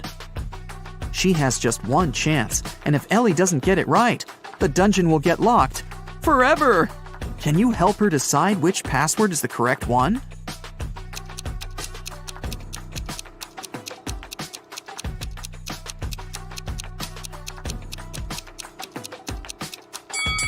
Take a closer look. Some numbers have faded away a bit. This is probably because they had been used the most. They are 1, 2, and 6. The only code that uses all of them is the last one, 2611. It must be this one. Aurora came home after a long day at the university and was excited to eat the mint-flavored ice cream she had bought in the morning. But when she opened the freezer, the ice cream was gone. Aurora asked her 3 siblings who had eaten her ice cream, and they all denied it. Dawn said, "I'm on a diet, and I haven't been eating ice cream and stuff for a week now." Everett said, "Dude, I had my chips. There was no need to eat your ice cream this time." Phoenix said, "First, I don't like mint ice cream, and second, I was in my room all day, and I didn't even go down once until now. Who has eaten the ice cream?"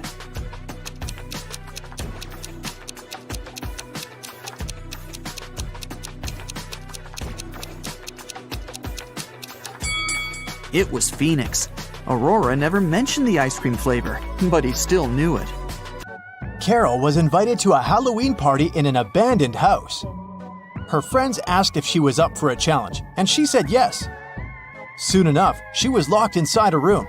In this room, there was 1 door and 3 light switches next to it. Behind the door, there was an empty closet with nothing but a light bulb. Her task was to figure out which switch controlled the light bulb inside the closet. She could flip the switches however she wanted, but once she opened the door, she couldn't touch the switches anymore. Sometime later, she managed to get it right.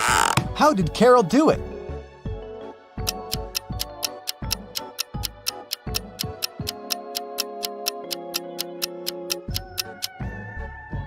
Okay, let's go step by step. She flipped switch number 1, then waited for a few minutes. Then, she flipped it back to off and immediately flipped switch number 2.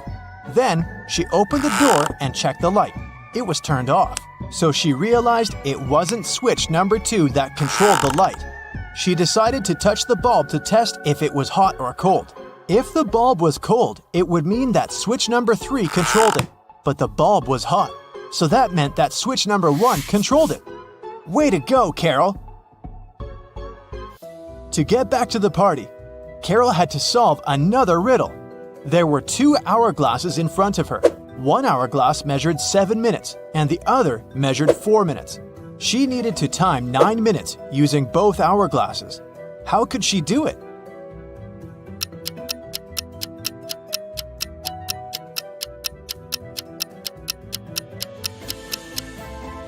First, she turned over both hourglasses at the same time.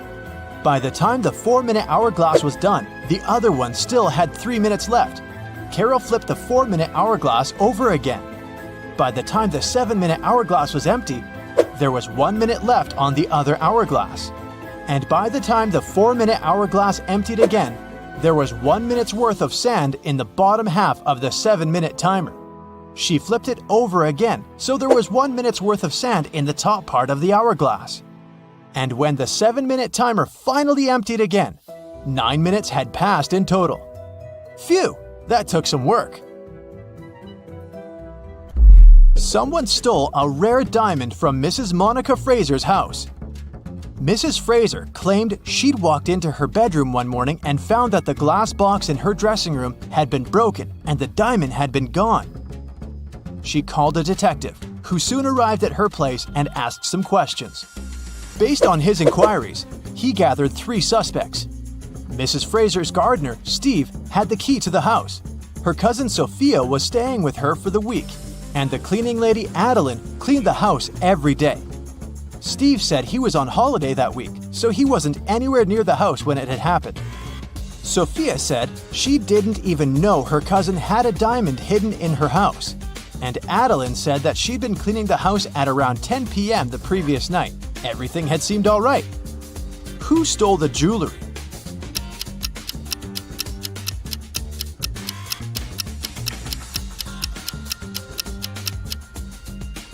It was the cleaning lady. It seems that right after she broke the glass and stole the diamond, she also wiped off the pieces of glass left on the floor. On a cold winter day, Jason woke up after a medical procedure. He was lying in bed when the doctor walked into his room, saying there were 3 women outside claiming to be his wife. All 3 of them wanted to see Jason, but only his wife was allowed to do so. Look at the women. Which one do you think is telling the truth?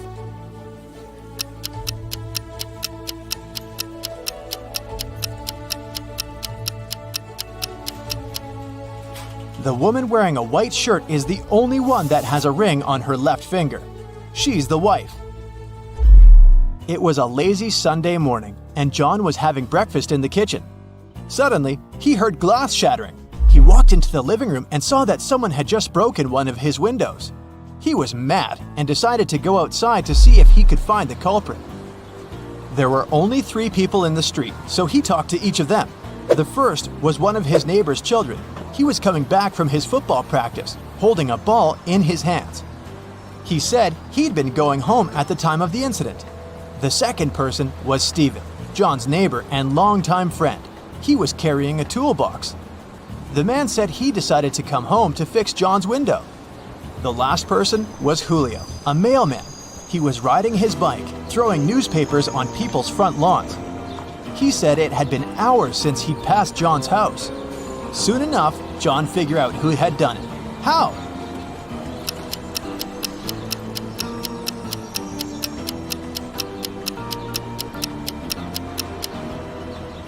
It was the mailman. If you look at the lawn, the newspaper is lying on the grass beneath the window. He threw the newspaper towards the mailbox, but missed it, and it hit John's window. Whoops. It was a stormy night. Kate and her boyfriend stayed up late watching a soap opera. In the middle of it, there was a weather forecast. The weather lady said it would keep raining for 2 more days, but in 72 hours, it'd be bright and sunny. Kate turned to her boyfriend and said that the weather lady was wrong, and the girl was right. Why?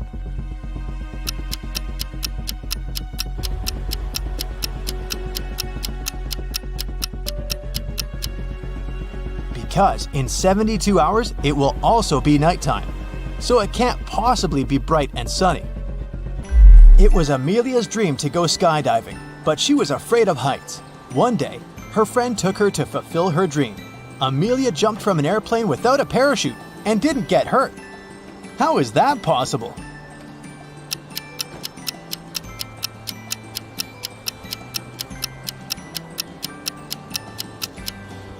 The plane wasn't flying, it was still on the ground.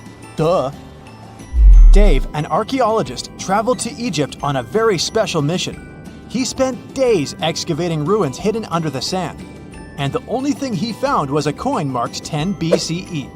When he showed it to his colleagues, they told him the coin was a fake. Why?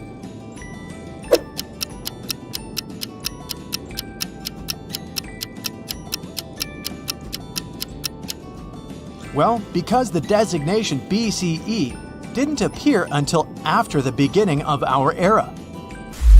It was raining when Mrs. Moore called the police. She said someone had just bumped into her car and driven away. When the police arrived, the only person next to the place of the incident was a man fixing his tire. Mrs. Moore said that that was the car that had bumped into hers. However, the gentleman said that it couldn't be true because he'd been busy fixing his car the whole time. Can you tell who's lying?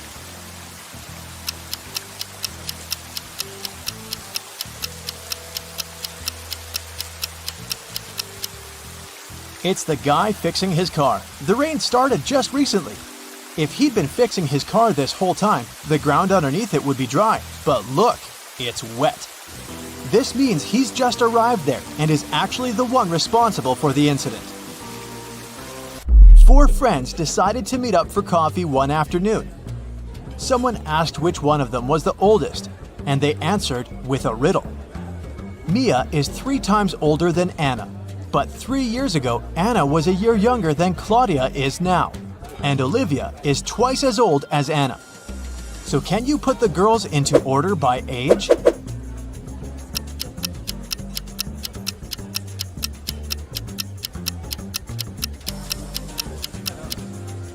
The correct order is Mia, Olivia, Anna, and Claudia. Here's a quick one. What belongs to you, but others use it more often?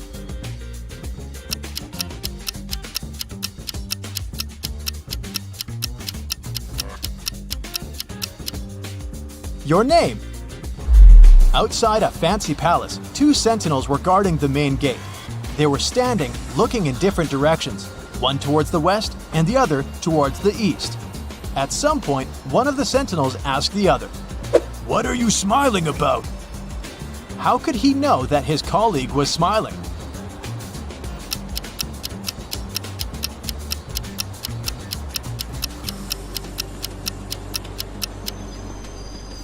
Well, despite the fact that they were looking in different directions, they weren't standing back to back. They were facing each other. Kevin was away on business and had to spend the night in a hotel. After a full day of meetings, he returned to his room to get some rest.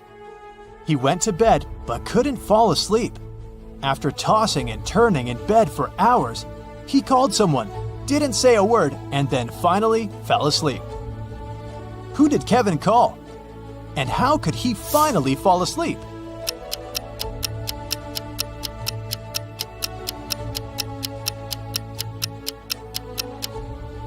He called the room next door, as his neighbor was snoring very loudly.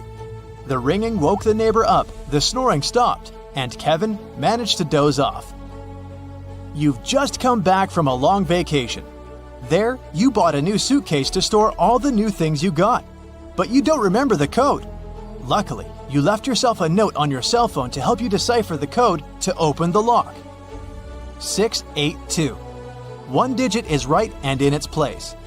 614. One digit is right but in the wrong place. 206. 2 digits are right but both are in the wrong place. 768. All digits are wrong. 380. One digit is right, but in the wrong place. What's the 3-digit code?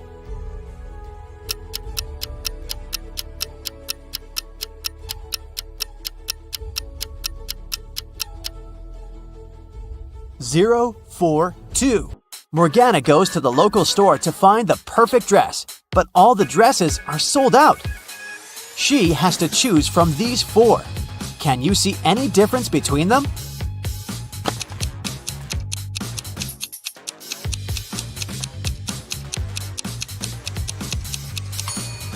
The third dress has a slightly different lace decor.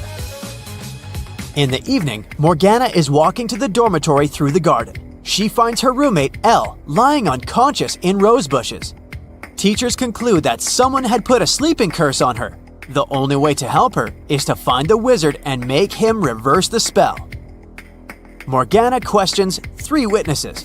The cook says, "I was cleaning the kitchen, and I was about to leave after that." The librarian says, Yeah, I was reading a book. It was so interesting. I spent all day indoors and I didn't pay any attention to the outer world.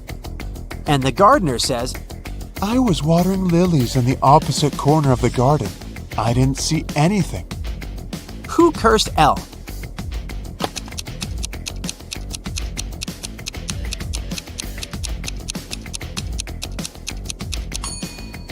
It was the librarian. She got her shoes dirty in the mud while putting the spell on L in the garden. Finally, Morgana goes to the prom with Merlin. They take part in a dancing contest, but fail to make it to the final. These couples are the top 3 finalists. Suddenly, the winning couple turns into frogs. The local doctor checks the frogs and finds out that someone had poisoned them with a magic potion. But the dancers ate the same food and drank the same drinks as everyone else at the party. Can you guess what happened here?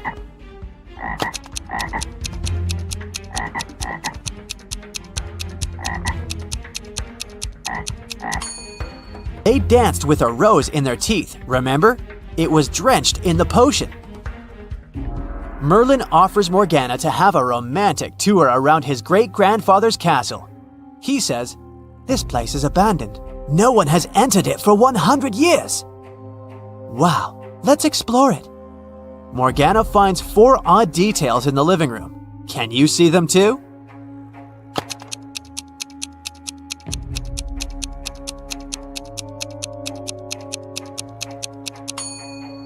There's a laptop on the table covered with dust. There were no such laptops 100 years ago.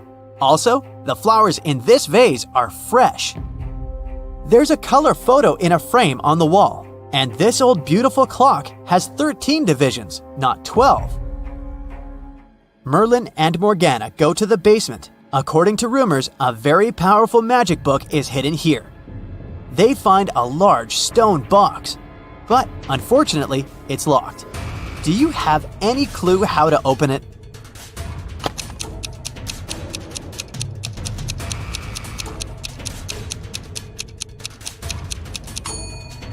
This odd boss relief with magical runes is a combination lock. The flower has 6 petals, which means we need to match it with a 6-pointed star. The clover has 4 petals, just like this square has 4 sides. And finally, the star has 5 rays, just like a human hand has 5 fingers. And voila!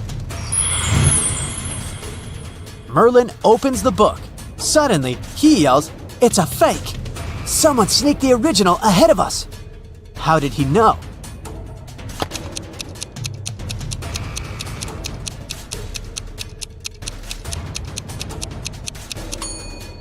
There's a modern barcode on the cover of this book. Morgana and Merlin find a note in the fake book. Can you help them crack this hint?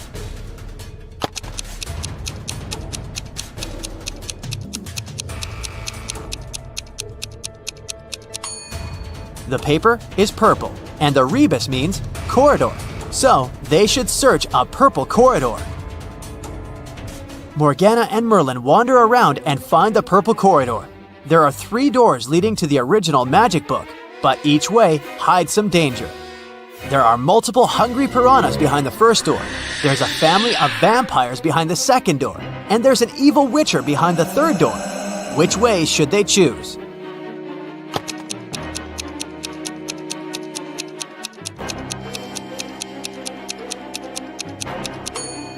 Morgana and Merlin walk through the first door. Piranhas can't survive without water, so they're not dangerous. Hey there!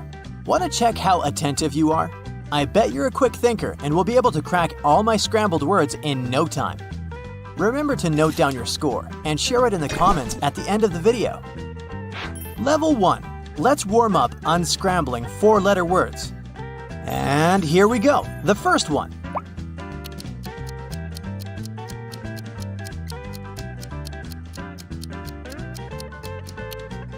That's right, it's bear.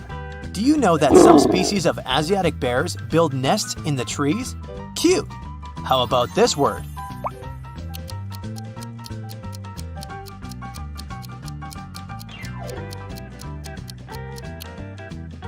If you said cold, you're absolutely right. And in the coldest place on Earth, which is in Antarctica, temperatures drop to negative 128 degrees Fahrenheit. Can you crack this one?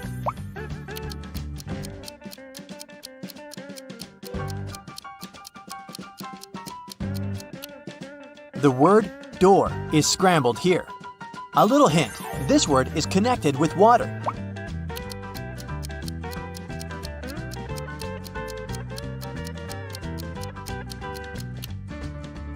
Yep, that's fish. By the way, the shark is the only fish that has eyelids and can blink. The next one.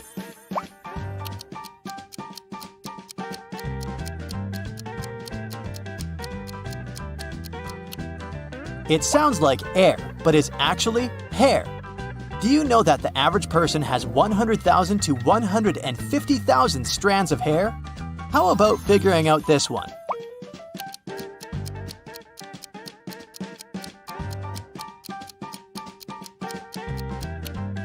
That's the word road. I've got another tricky word for you.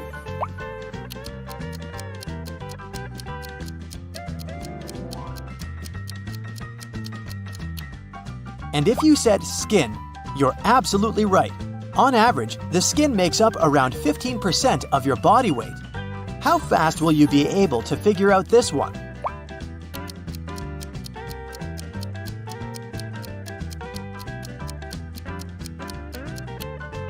Right, the word year is hidden here. The next tricky word for you.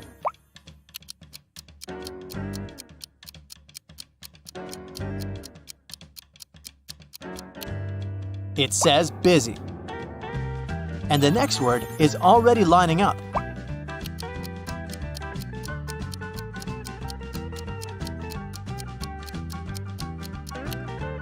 That's the word city. At the moment, the most populated city in the world is Tokyo, Japan, with more than 37 million people living there. Are you ready for something more complicated? Then let me take you to level 2 with 5-letter scrambled words. And here's the first level 2 word. Concentrate and crack this riddle.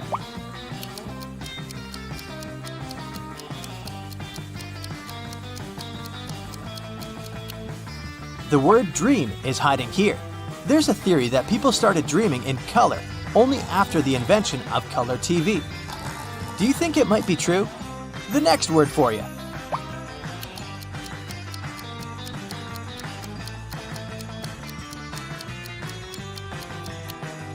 Right you are. That's queen. How about this one?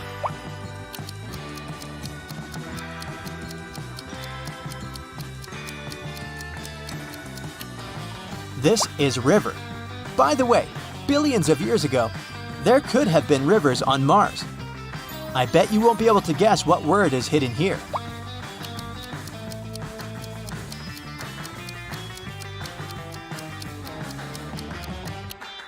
Did you say sheep? That's right. These animals have rectangular-shaped pupils. How about this word?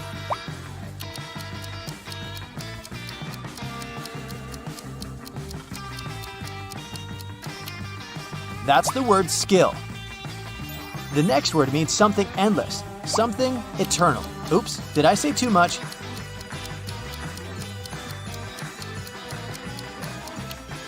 And this word is space. Did you know that space is almost completely silent? Try to figure out what word is scrambled here.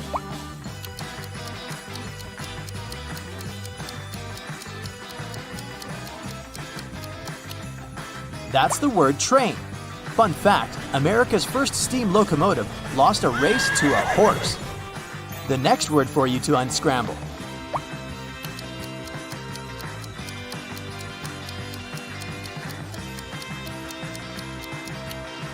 Right, that's table.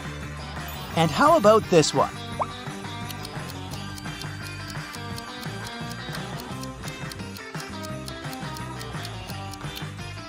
This is stone. In Death Valley, you can find sailing stones, rocks that are moving on their own, leaving long trails behind. The next word is a tricky one. Are you up for a challenge?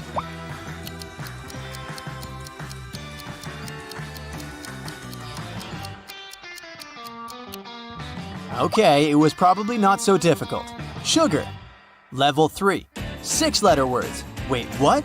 Calm down, I'm sure you'll manage. Okay, take a deep breath. Ready? Go!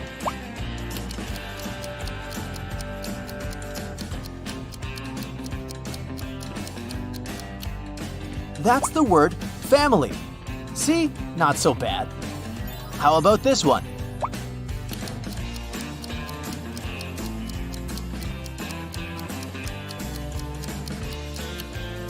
The word system is hidden here.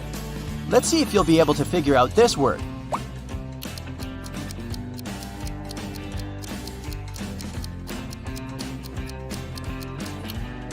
Right, it's coffee. They're seeds found inside the coffee cherry. The next word is one of the cutest you'll find in this quiz.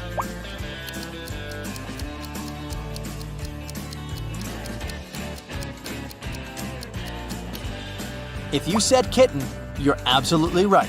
All kittens are born with blue eyes because they don't have eye pigmentation until they're around 6 weeks old. How about this word?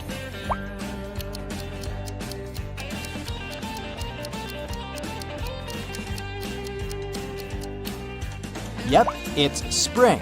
What's your favorite season? The next word is right here.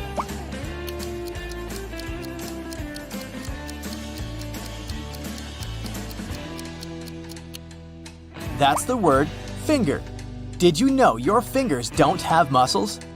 Here you go. Try to crack this puzzle.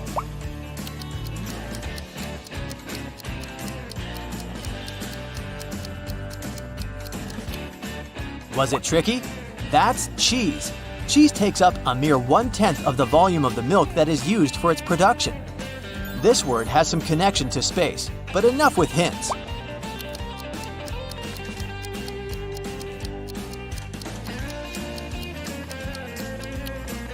Right you are, that's planet. The coldest planet in our solar system is Uranus. Its surface temperature often drops to -371 degrees Fahrenheit. I dare you to unscramble this word.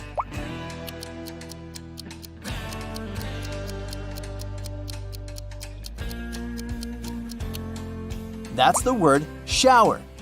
And how about this one?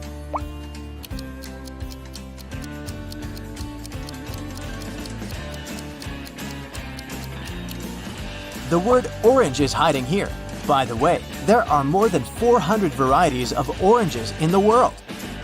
And the mind-boggling level 4. The trickiest words, the sweetest taste of victory. Okay, here we go. The first word.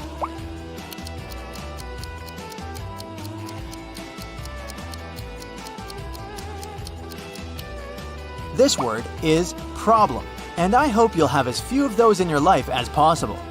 And this word is kind of the opposite of problems.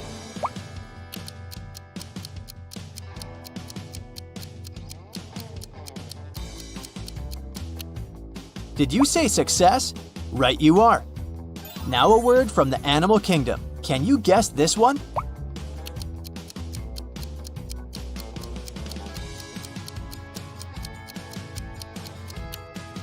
That's the word grizzly. A cool fact about these bears, they don't hibernate. How about this word?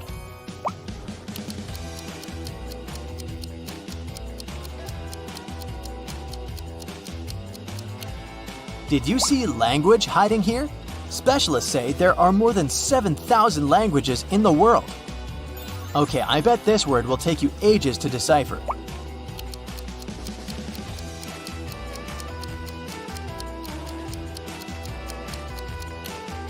Right, this is squirrel. By the way, squirrels' front teeth never stop growing. The next word is often cold and rainy, but it depends on where you live.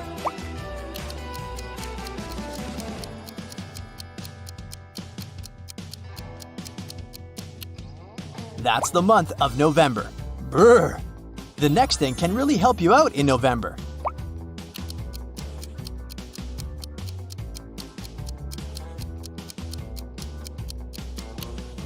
That's right, it's umbrella. You're doing great, but will you be able to crack this one?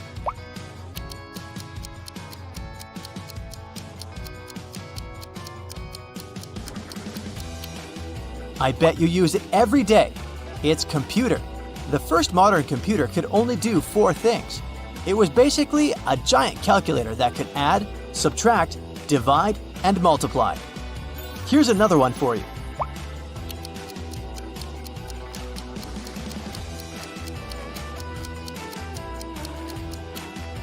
Yummy sandwich. The heaviest sandwich ever made weighed more than 5,000 pounds. If you ever found this thing, you'd be happy. and probably rich.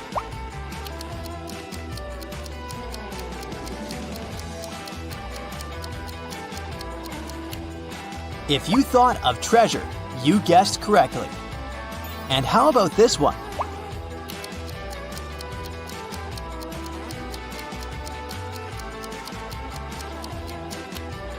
That's the word fortress. These three handsome young men are brothers, identical triplets. Sam, he's very honest, and he always tells the truth. Bob always lies, and Alex is unpredictable. Sometimes he lies, but sometimes he tells the truth. Amy is the brothers' old friend. She visited them after many years, and she could barely recognize who was who. Amy asked the guy who was sitting on the left, "Which brother is sitting in the middle?" The answer was, "Oh, that's Sam." Amy then asked the brother in the middle, "What's your name?" And the reply was, "I'm Alex." Then Amy turned to the brother on the right and asked, "Who's that guy in the middle?" The brother replied, "It's Bob." Those answers confused Amy because she had asked the same question 3 times and received 3 different answers. Can you help her figure out who is who?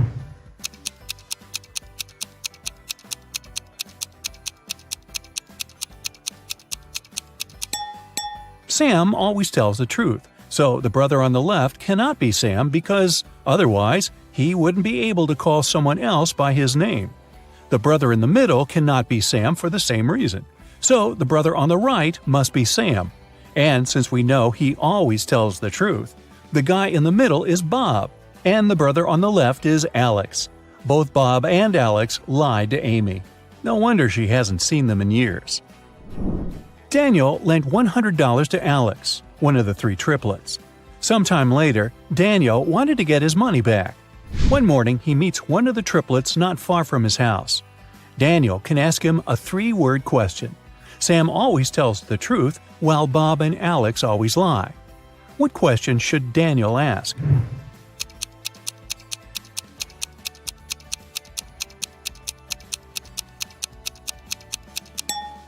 The right question would be, "Are you Bob?"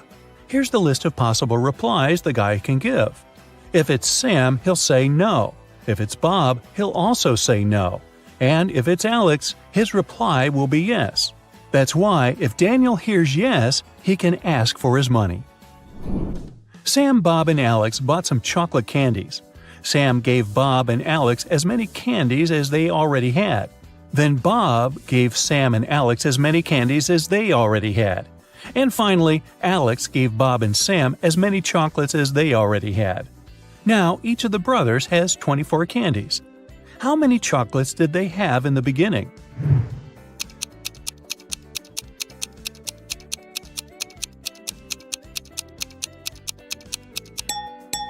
At first, Sam had 39 candies, Bob had 21, and Alex had 12. You can solve the riddle this way. Have a look.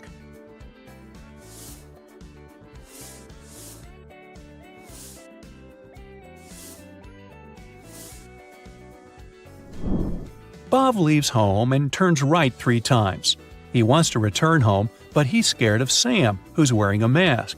What's going on here?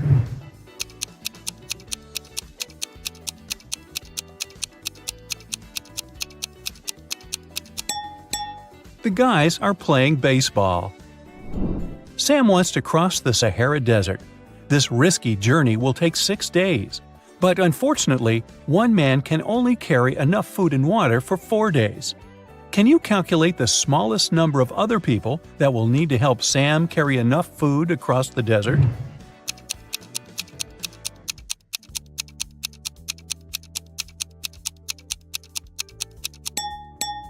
Two people. Let's suppose that Sam's brothers, Alex and Bob, agree to help him out. Never mind that Bob always lies. By the end of the first day, they'll have enough food for 9 days, 4 plus 4 plus 1. Now Alex can head back home with a 1-day food package. Meanwhile, Sam and Bob can continue their journey with an 8-day package. By the end of the second day, the total food supply will reduce to 6 food packages. Now Bob can grab enough food for 2 days and go home. At this point, Sam will still have a 4-day food package to fulfill his dream. Sam met a genie in the middle of the desert. The genie said, "Hi, I'm Leo. If you solve my riddle, I'm going to fulfill your wishes. But if you fail, you'll serve me till the end of infinity. Deal?" Well, Sam agreed. Here's the riddle. It's not alive, but it grows. It doesn't have lungs, but it needs air. It can't be washed, but it's never dirty. What is it? Can you figure it out?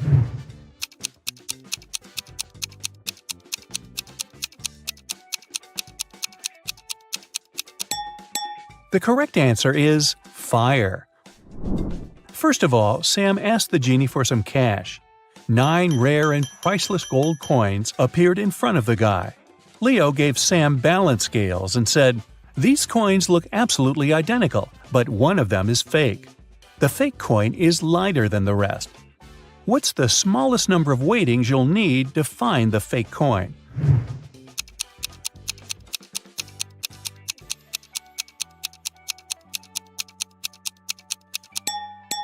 The correct answer is 2. First, Sam should divide the coins into 3 equal piles. Then he should place a pile on each side of the scales, leaving the remaining pile of 3 coins on the ground. If the scales remain balanced, it means that the 6 coins on the scale are real and the fake coin is in the 3rd pile. But if the scales do tip, Sam will easily find out which pile contains the fake coin. Spoiler, the pile which is lighter. Either way, he should put 6 gold coins aside and leave only the lightest pile. Then he can use the same method to find the 3rd coin, by putting 1 coin on each side of the scales and leaving the 3rd one in his hand. Sam was hungry, so he had one more wish, to have dinner. Leo began frying some fish in a pan that could only fit 2 fish at once. It takes 5 minutes to fry one side of a fish. What's the shortest time Leo needs to fry 3 fish in one pan?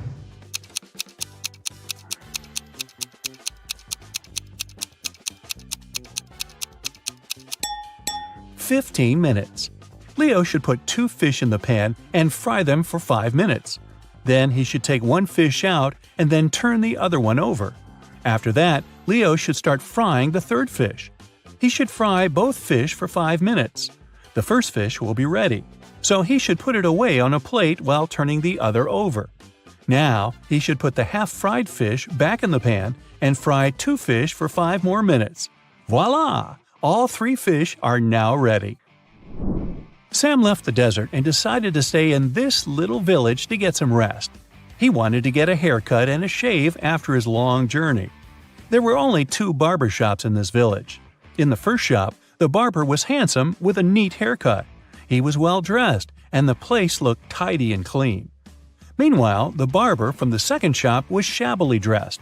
His hair was cut in a weird way, and his clothes had stains from last night's dinner. His place didn't look clean at all. Which barber shop should Sam go to, and why?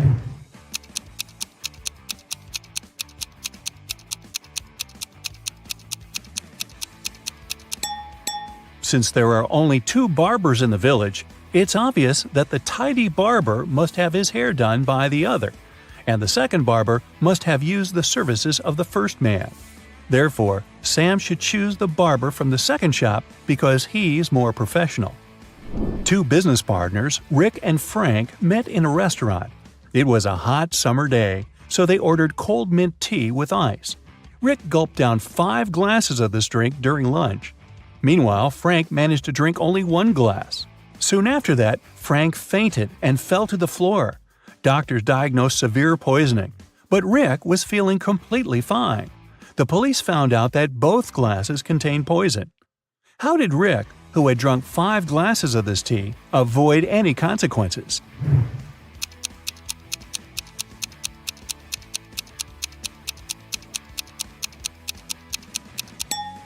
Rick survived because the poison was in the ice cubes. He drank quickly, and the ice had no time to melt in his drink. As for Frank, he drank his tea slowly, and the ice melted in his drink to poison it heavily. You pronounce me as 1, but write me as 3. You can't read this riddle without me. What am I?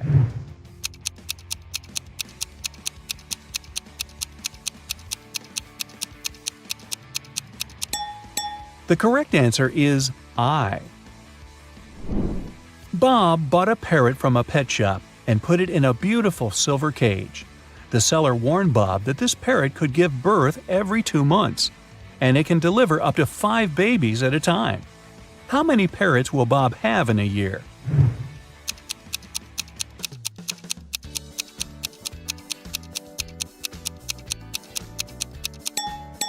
Just 1, because he only bought 1 bird, not 2. I'm always trapped in my glass cage. I'm usually found at the bottom of the cage. If I climb higher, I get hotter.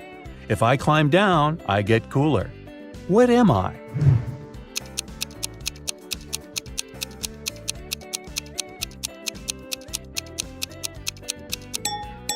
The correct answer is a thermometer. A father is locked up in jail. His wife has gone bankrupt. Their son has to sell his hotel in order to gain some money. Yet their daughter doesn't care and is happy. How can someone be so heartless?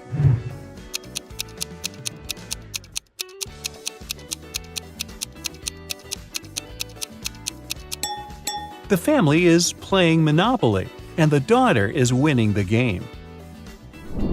We've arranged 10 coins on a table this way. Altogether, they form a triangle pointing upward. Can you invert the position of the triangle and make it point downward while moving only 3 coins?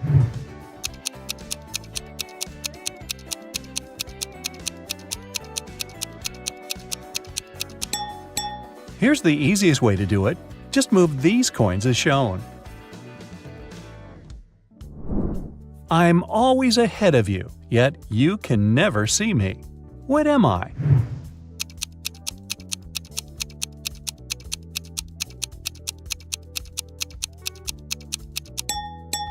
Tomorrow. Can you spot your name in this alphabet soup?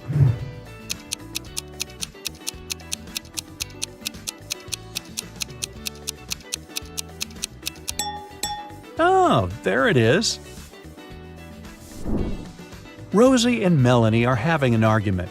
Rosie yells, "I'm part of this club, let me in!" And Melanie replies, "Leave right now, you're not a member of our club." Can you figure out who's lying by just looking at this picture?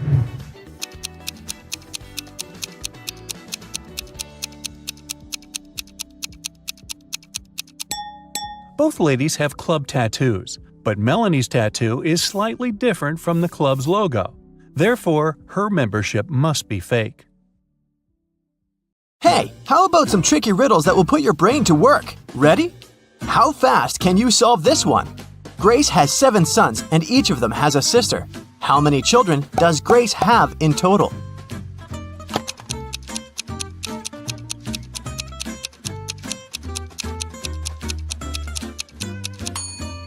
The answer is 8. I bet all the sons have the same sister, so 7 sons plus 1 sister equals 8 children. Stephen's family was away this weekend, but he was found unconscious outside his mansion. Investigators had 3 main suspects. All of them were in the house when it happened. The first person was Maya, but she claimed to be innocent. "I was cleaning the house in the morning and I took a nap in the afternoon," she told the investigators. John, the butler, said, "I was told to check the food inventory in the afternoon." And the last person to be interrogated was James, the driver. He claimed he'd been far away from the house that day. I was driving the boss's children to a garden party. Which of these people do you think is guilty?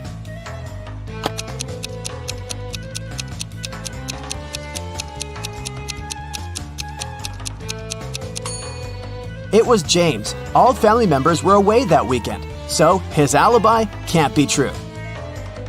What English word has the same pronunciation even after you take away 2 of its 3 letters?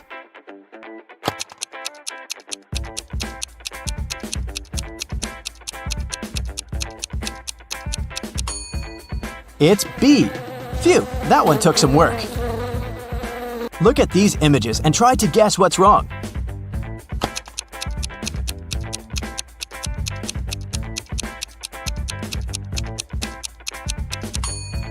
Duh! In the last picture, the woman is trying to eat soup with a fork.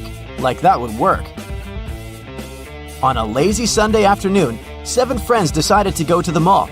Esme, Evelyn, and Elise grabbed a cup of coffee each. while Ava, Ella, and Emma decided to drink some refreshing soda. Using this logic, can you figure out if Esther chose to drink coffee or soda?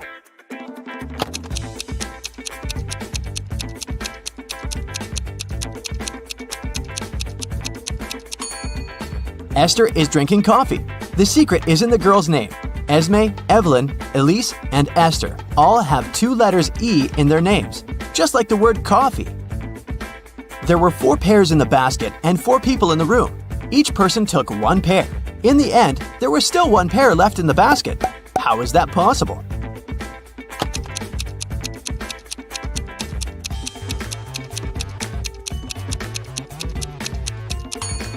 The last person took a pair that was still lying in the basket.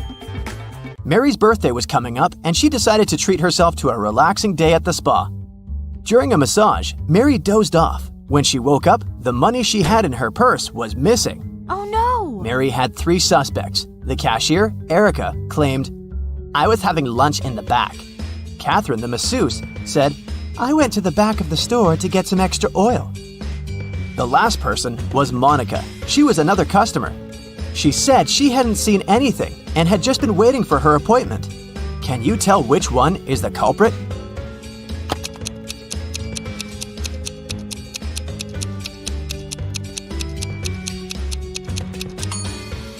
The thief is Catherine.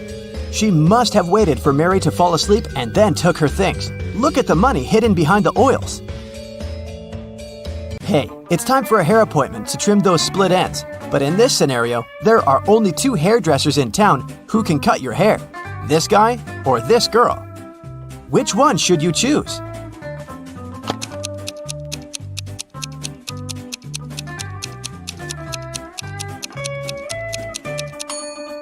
The girl, of course. If there are only 2 hairdressers in town, that means they cut each other's hair.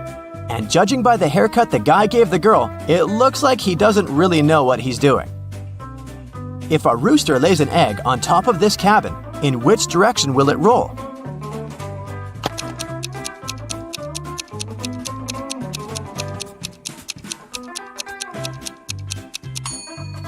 Aha! Roosters don't lay eggs, so it wouldn't roll anywhere. The shopkeeper of an expensive skincare store called the police because someone had robbed his business.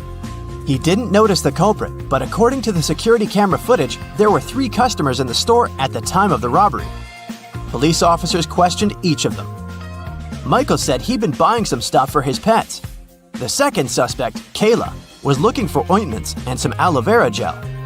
The last person, Rachel, told the interrogators she'd been busy looking for lotions. Can you tell who's lying?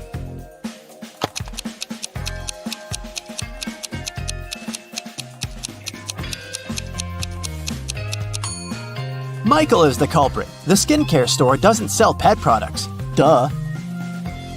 Peter is a rich man who owns a lot of expensive jewelry.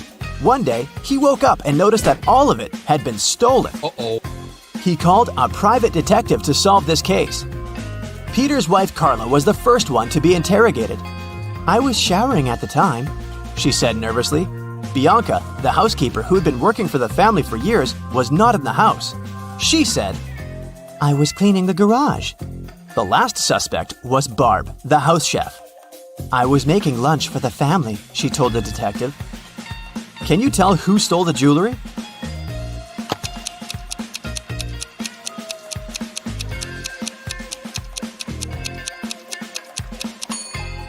It was Barb, of course. She claimed she was cooking lunch, but the crime happened at night. A man lives on the 80th floor of a high-rise building. On rainy days, he takes the elevator all the way up. But on sunny days, he only takes the elevator halfway to his floor. And then, he takes the stairs the rest of the way. Why does he do this?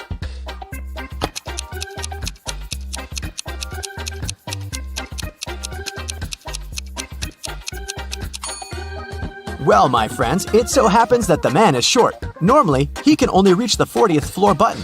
But on rainy days, he manages to push the 80th floor button with the help of his umbrella handle. Genius, huh?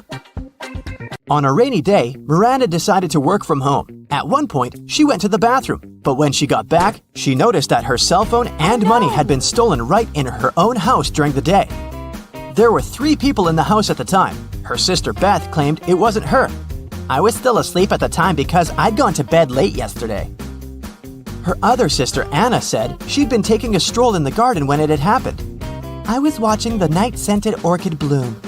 And lastly, there was Josh, Miranda's boyfriend. "I've just got home for lunch," he said. What do you think? Which of these 3 suspects stole Miranda's money and cell phone?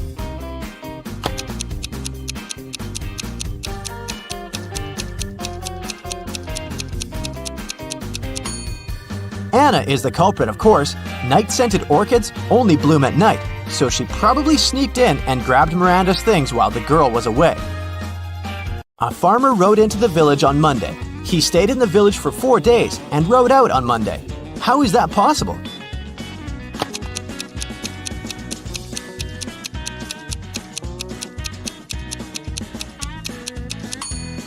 The farmer's horse is named Monday. I bet you didn't guess this one, did you? Uncle Ben's farm experienced a terrible downpour, and all but 15 pigs were missing and couldn't be found. How many pigs are still in the barn?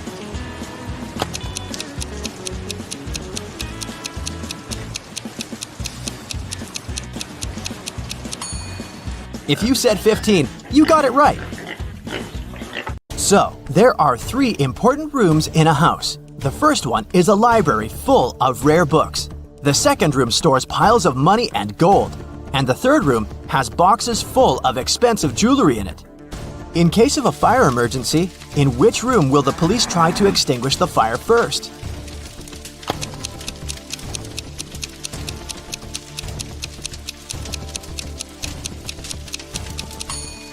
The correct answer is none. Police officers don't fight fire. That's the job of firefighters. Virginia accidentally sent an email to her boyfriend instead of her best friend. She didn't want her partner to see it, so she took his laptop while he was sleeping and tried to delete the message. The laptop required a password to unlock. Luckily, there was a post-it with a hint. History, 3. Music, 5. Book, 2, 3, 1. Yellow, 1. What's the passcode?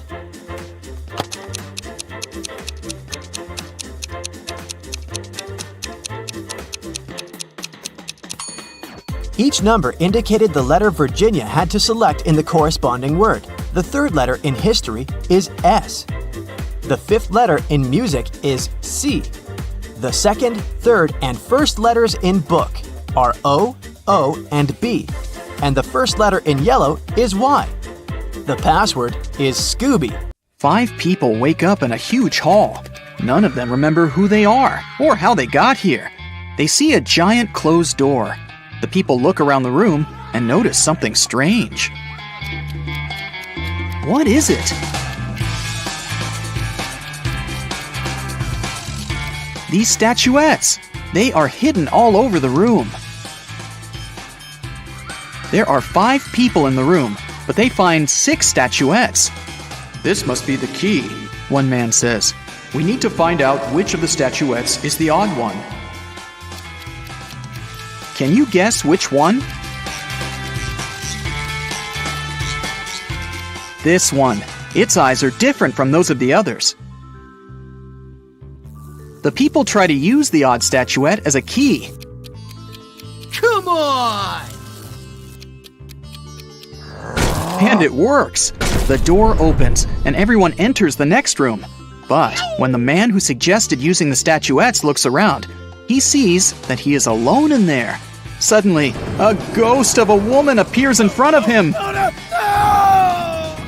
If you want to get out, each of you must solve my riddles, she says. But you will definitely fail. She disappears. The man looks around the room. He finds a strange symbol and a cipher decoder on the table. Can you find 9 other symbols? These are all 10 symbols. The man begins to unravel the message using a decoder. Can you decipher it?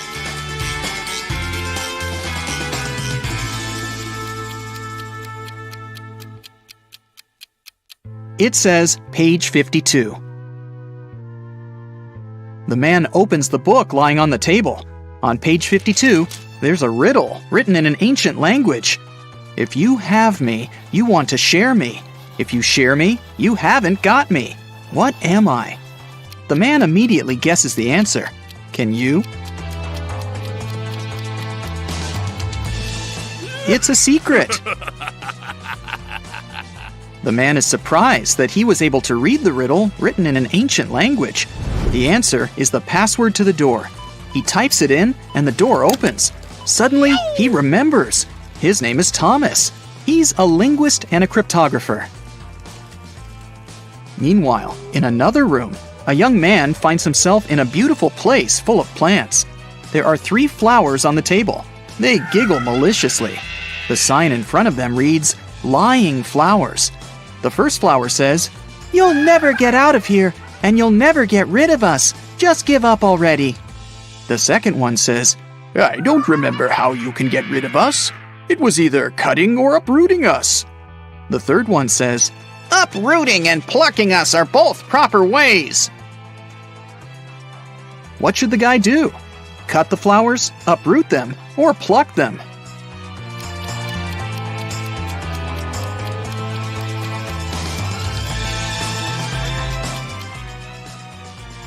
Pluck is the correct answer. These flowers only tell lies. So, the conclusions we can draw from their words are these. 1. There is a way to get rid of them. 2. It is neither cutting nor uprooting. 3. And there's only one way to remove them. The only thing that remains is plucking.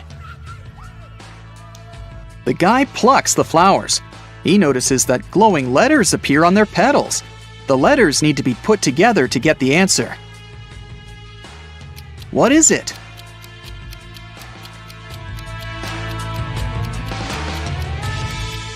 The word is basket. The guy examines the basket and finds a folded note at the bottom. He unfolds it and reads this riddle. In a pond, there are some flowers with bees hovering over them. How many flowers and bees are there if both of the following statements are true? 1. If each bee lands on a flower, one bee won't get a flower. 2. If every 2 bees share a flower, there is 1 extra flower. Can you help the guy crack this riddle? There are 4 bees and 3 flowers. Suddenly, a sunflower bud appears on the table. The guy uses it as a key to the door, and it opens. And then he remembers. His name is John, and he's a gardener. In another room, a girl finds herself surrounded by beautiful crystals and gemstones. On the wall, there's a board with the names and pictures of different gems. Some of the gems are the answers to these riddles. 1.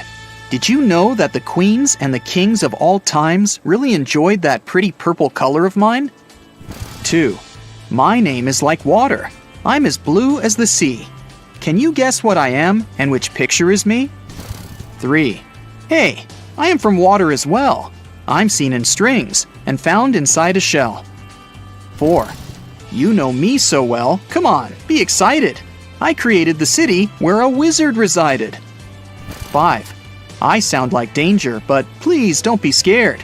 I'm striped like a cat and named after its stare. Can you match the riddles and the gems?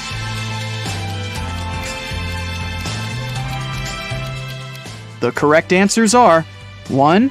Amethyst, 2. Aquamarine, 3. Pearl, 4. Emerald, and 5. Tiger's eye. The girl hears some noise and notices that the box on the table has opened. She comes up to the box and reads the next riddle. The queen went to the king to complain about her lady-in-waiting. In the morning, the queen put her amethyst necklace in a jewelry box to protect it from sunlight. No wonder, this stone tends to fade in the sun. She spent the day in the library reading books. At one point, she looked out of the window and noticed her lady-in-waiting. She was sitting in the garden, wearing the queen's necklace. The lady-in-waiting began crying and said this was not true. She would never steal from the queen. The king opened the jewelry box and found out that the necklace was still inside. Who is lying?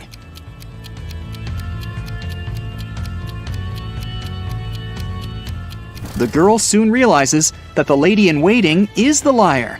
Have you noticed that the amethyst is now much dimmer than before? That means that the lady-in-waiting really wore the necklace outside. The girl solves the riddle. 3 gemstones appear at the bottom of the jewelry box: citrine, garnet, and alexandrite. There's also a note that says, "Figure out the weight of each stone without using scales. This riddle will help you." Can you figure out the weight of each stone? The citrine weighs 10 ounces, the garnet weighs 4 ounces, and the alexandrite weighs 2 ounces. Suddenly, the girl remembers. Her name is Melissa. She is a jeweler and collects crystals. In another room, a woman finds 6 glasses on the table. 3 of them are empty, and 3 are full of water. The woman sees a note. Move only 1 glass to make a row of alternately full and empty glasses. How can she do it?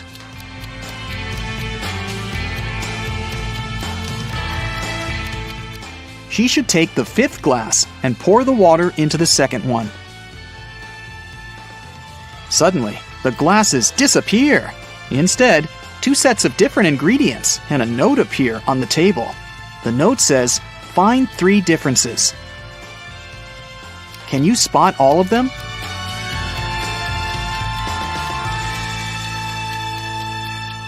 These are the differences. The woman takes the ingredients and throws them into a cauldron, but something is missing. Shiny and beautiful, a werewolf's fear. We need to get more of it for our precious queen. Coins and mirrors, trays and tea sets, the nobles were buying while falling in debts. It's silver. The woman adds some silver and gets a potion that can melt the lock. When she opens the door, she remembers. Her name is Lauren, and she's a chemist. An elderly woman finds herself in this room. She spots 4 photos on the table. All the photos seem to be taken in different periods of time. The note says, "Is there a person who is present in every photo?" Can you help the woman figure it out?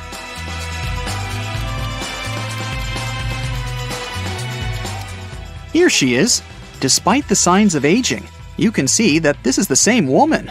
Look, she has this mole above her lip. A mirror appears in front of the elderly woman. Wait, is that her? The woman from the photos? The mirror shows her with a guy in a suit. He looks confused. There's a maid on the left and a bride on the right. "Don't listen to her. I'm your wife," says the bride. "You're lying. I'm his wife," the maid cries. Can you guess who is lying?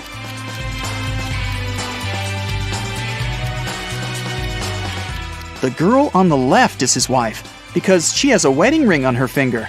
Wait, she also has the same mole above her lip. Is this our elderly woman when she was young? The letters appear in the mirror. IVTCBOE. What does that mean? I'll give you a hint. Try to think outside the box. It's husband. Each letter in this word is replaced by the next letter in the alphabet. And suddenly, the woman remembers. Her name is Brienne. She's a witch, and this is her castle. Brienne opens the door. Everyone else has already gathered outside. "I'm your mother," she says. "We know," Thomas replies. "Another witch tried to steal our father. She erased our memories and put a spell on him. I deciphered the recipe for the potion that can help him remember. but I'll need your help. There is a large cauldron in the hall. Everyone uses their knowledge to prepare the potion. Now Brienne must cast a spell. Solve the puzzle to find out the magic word.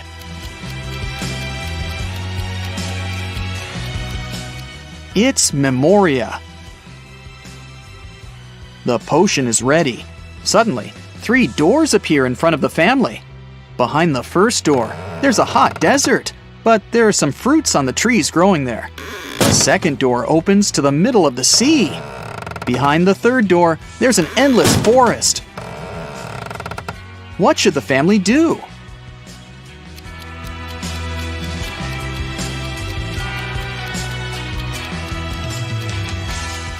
They should use the trees to make a raft and pick up the fruits so that they don't starve.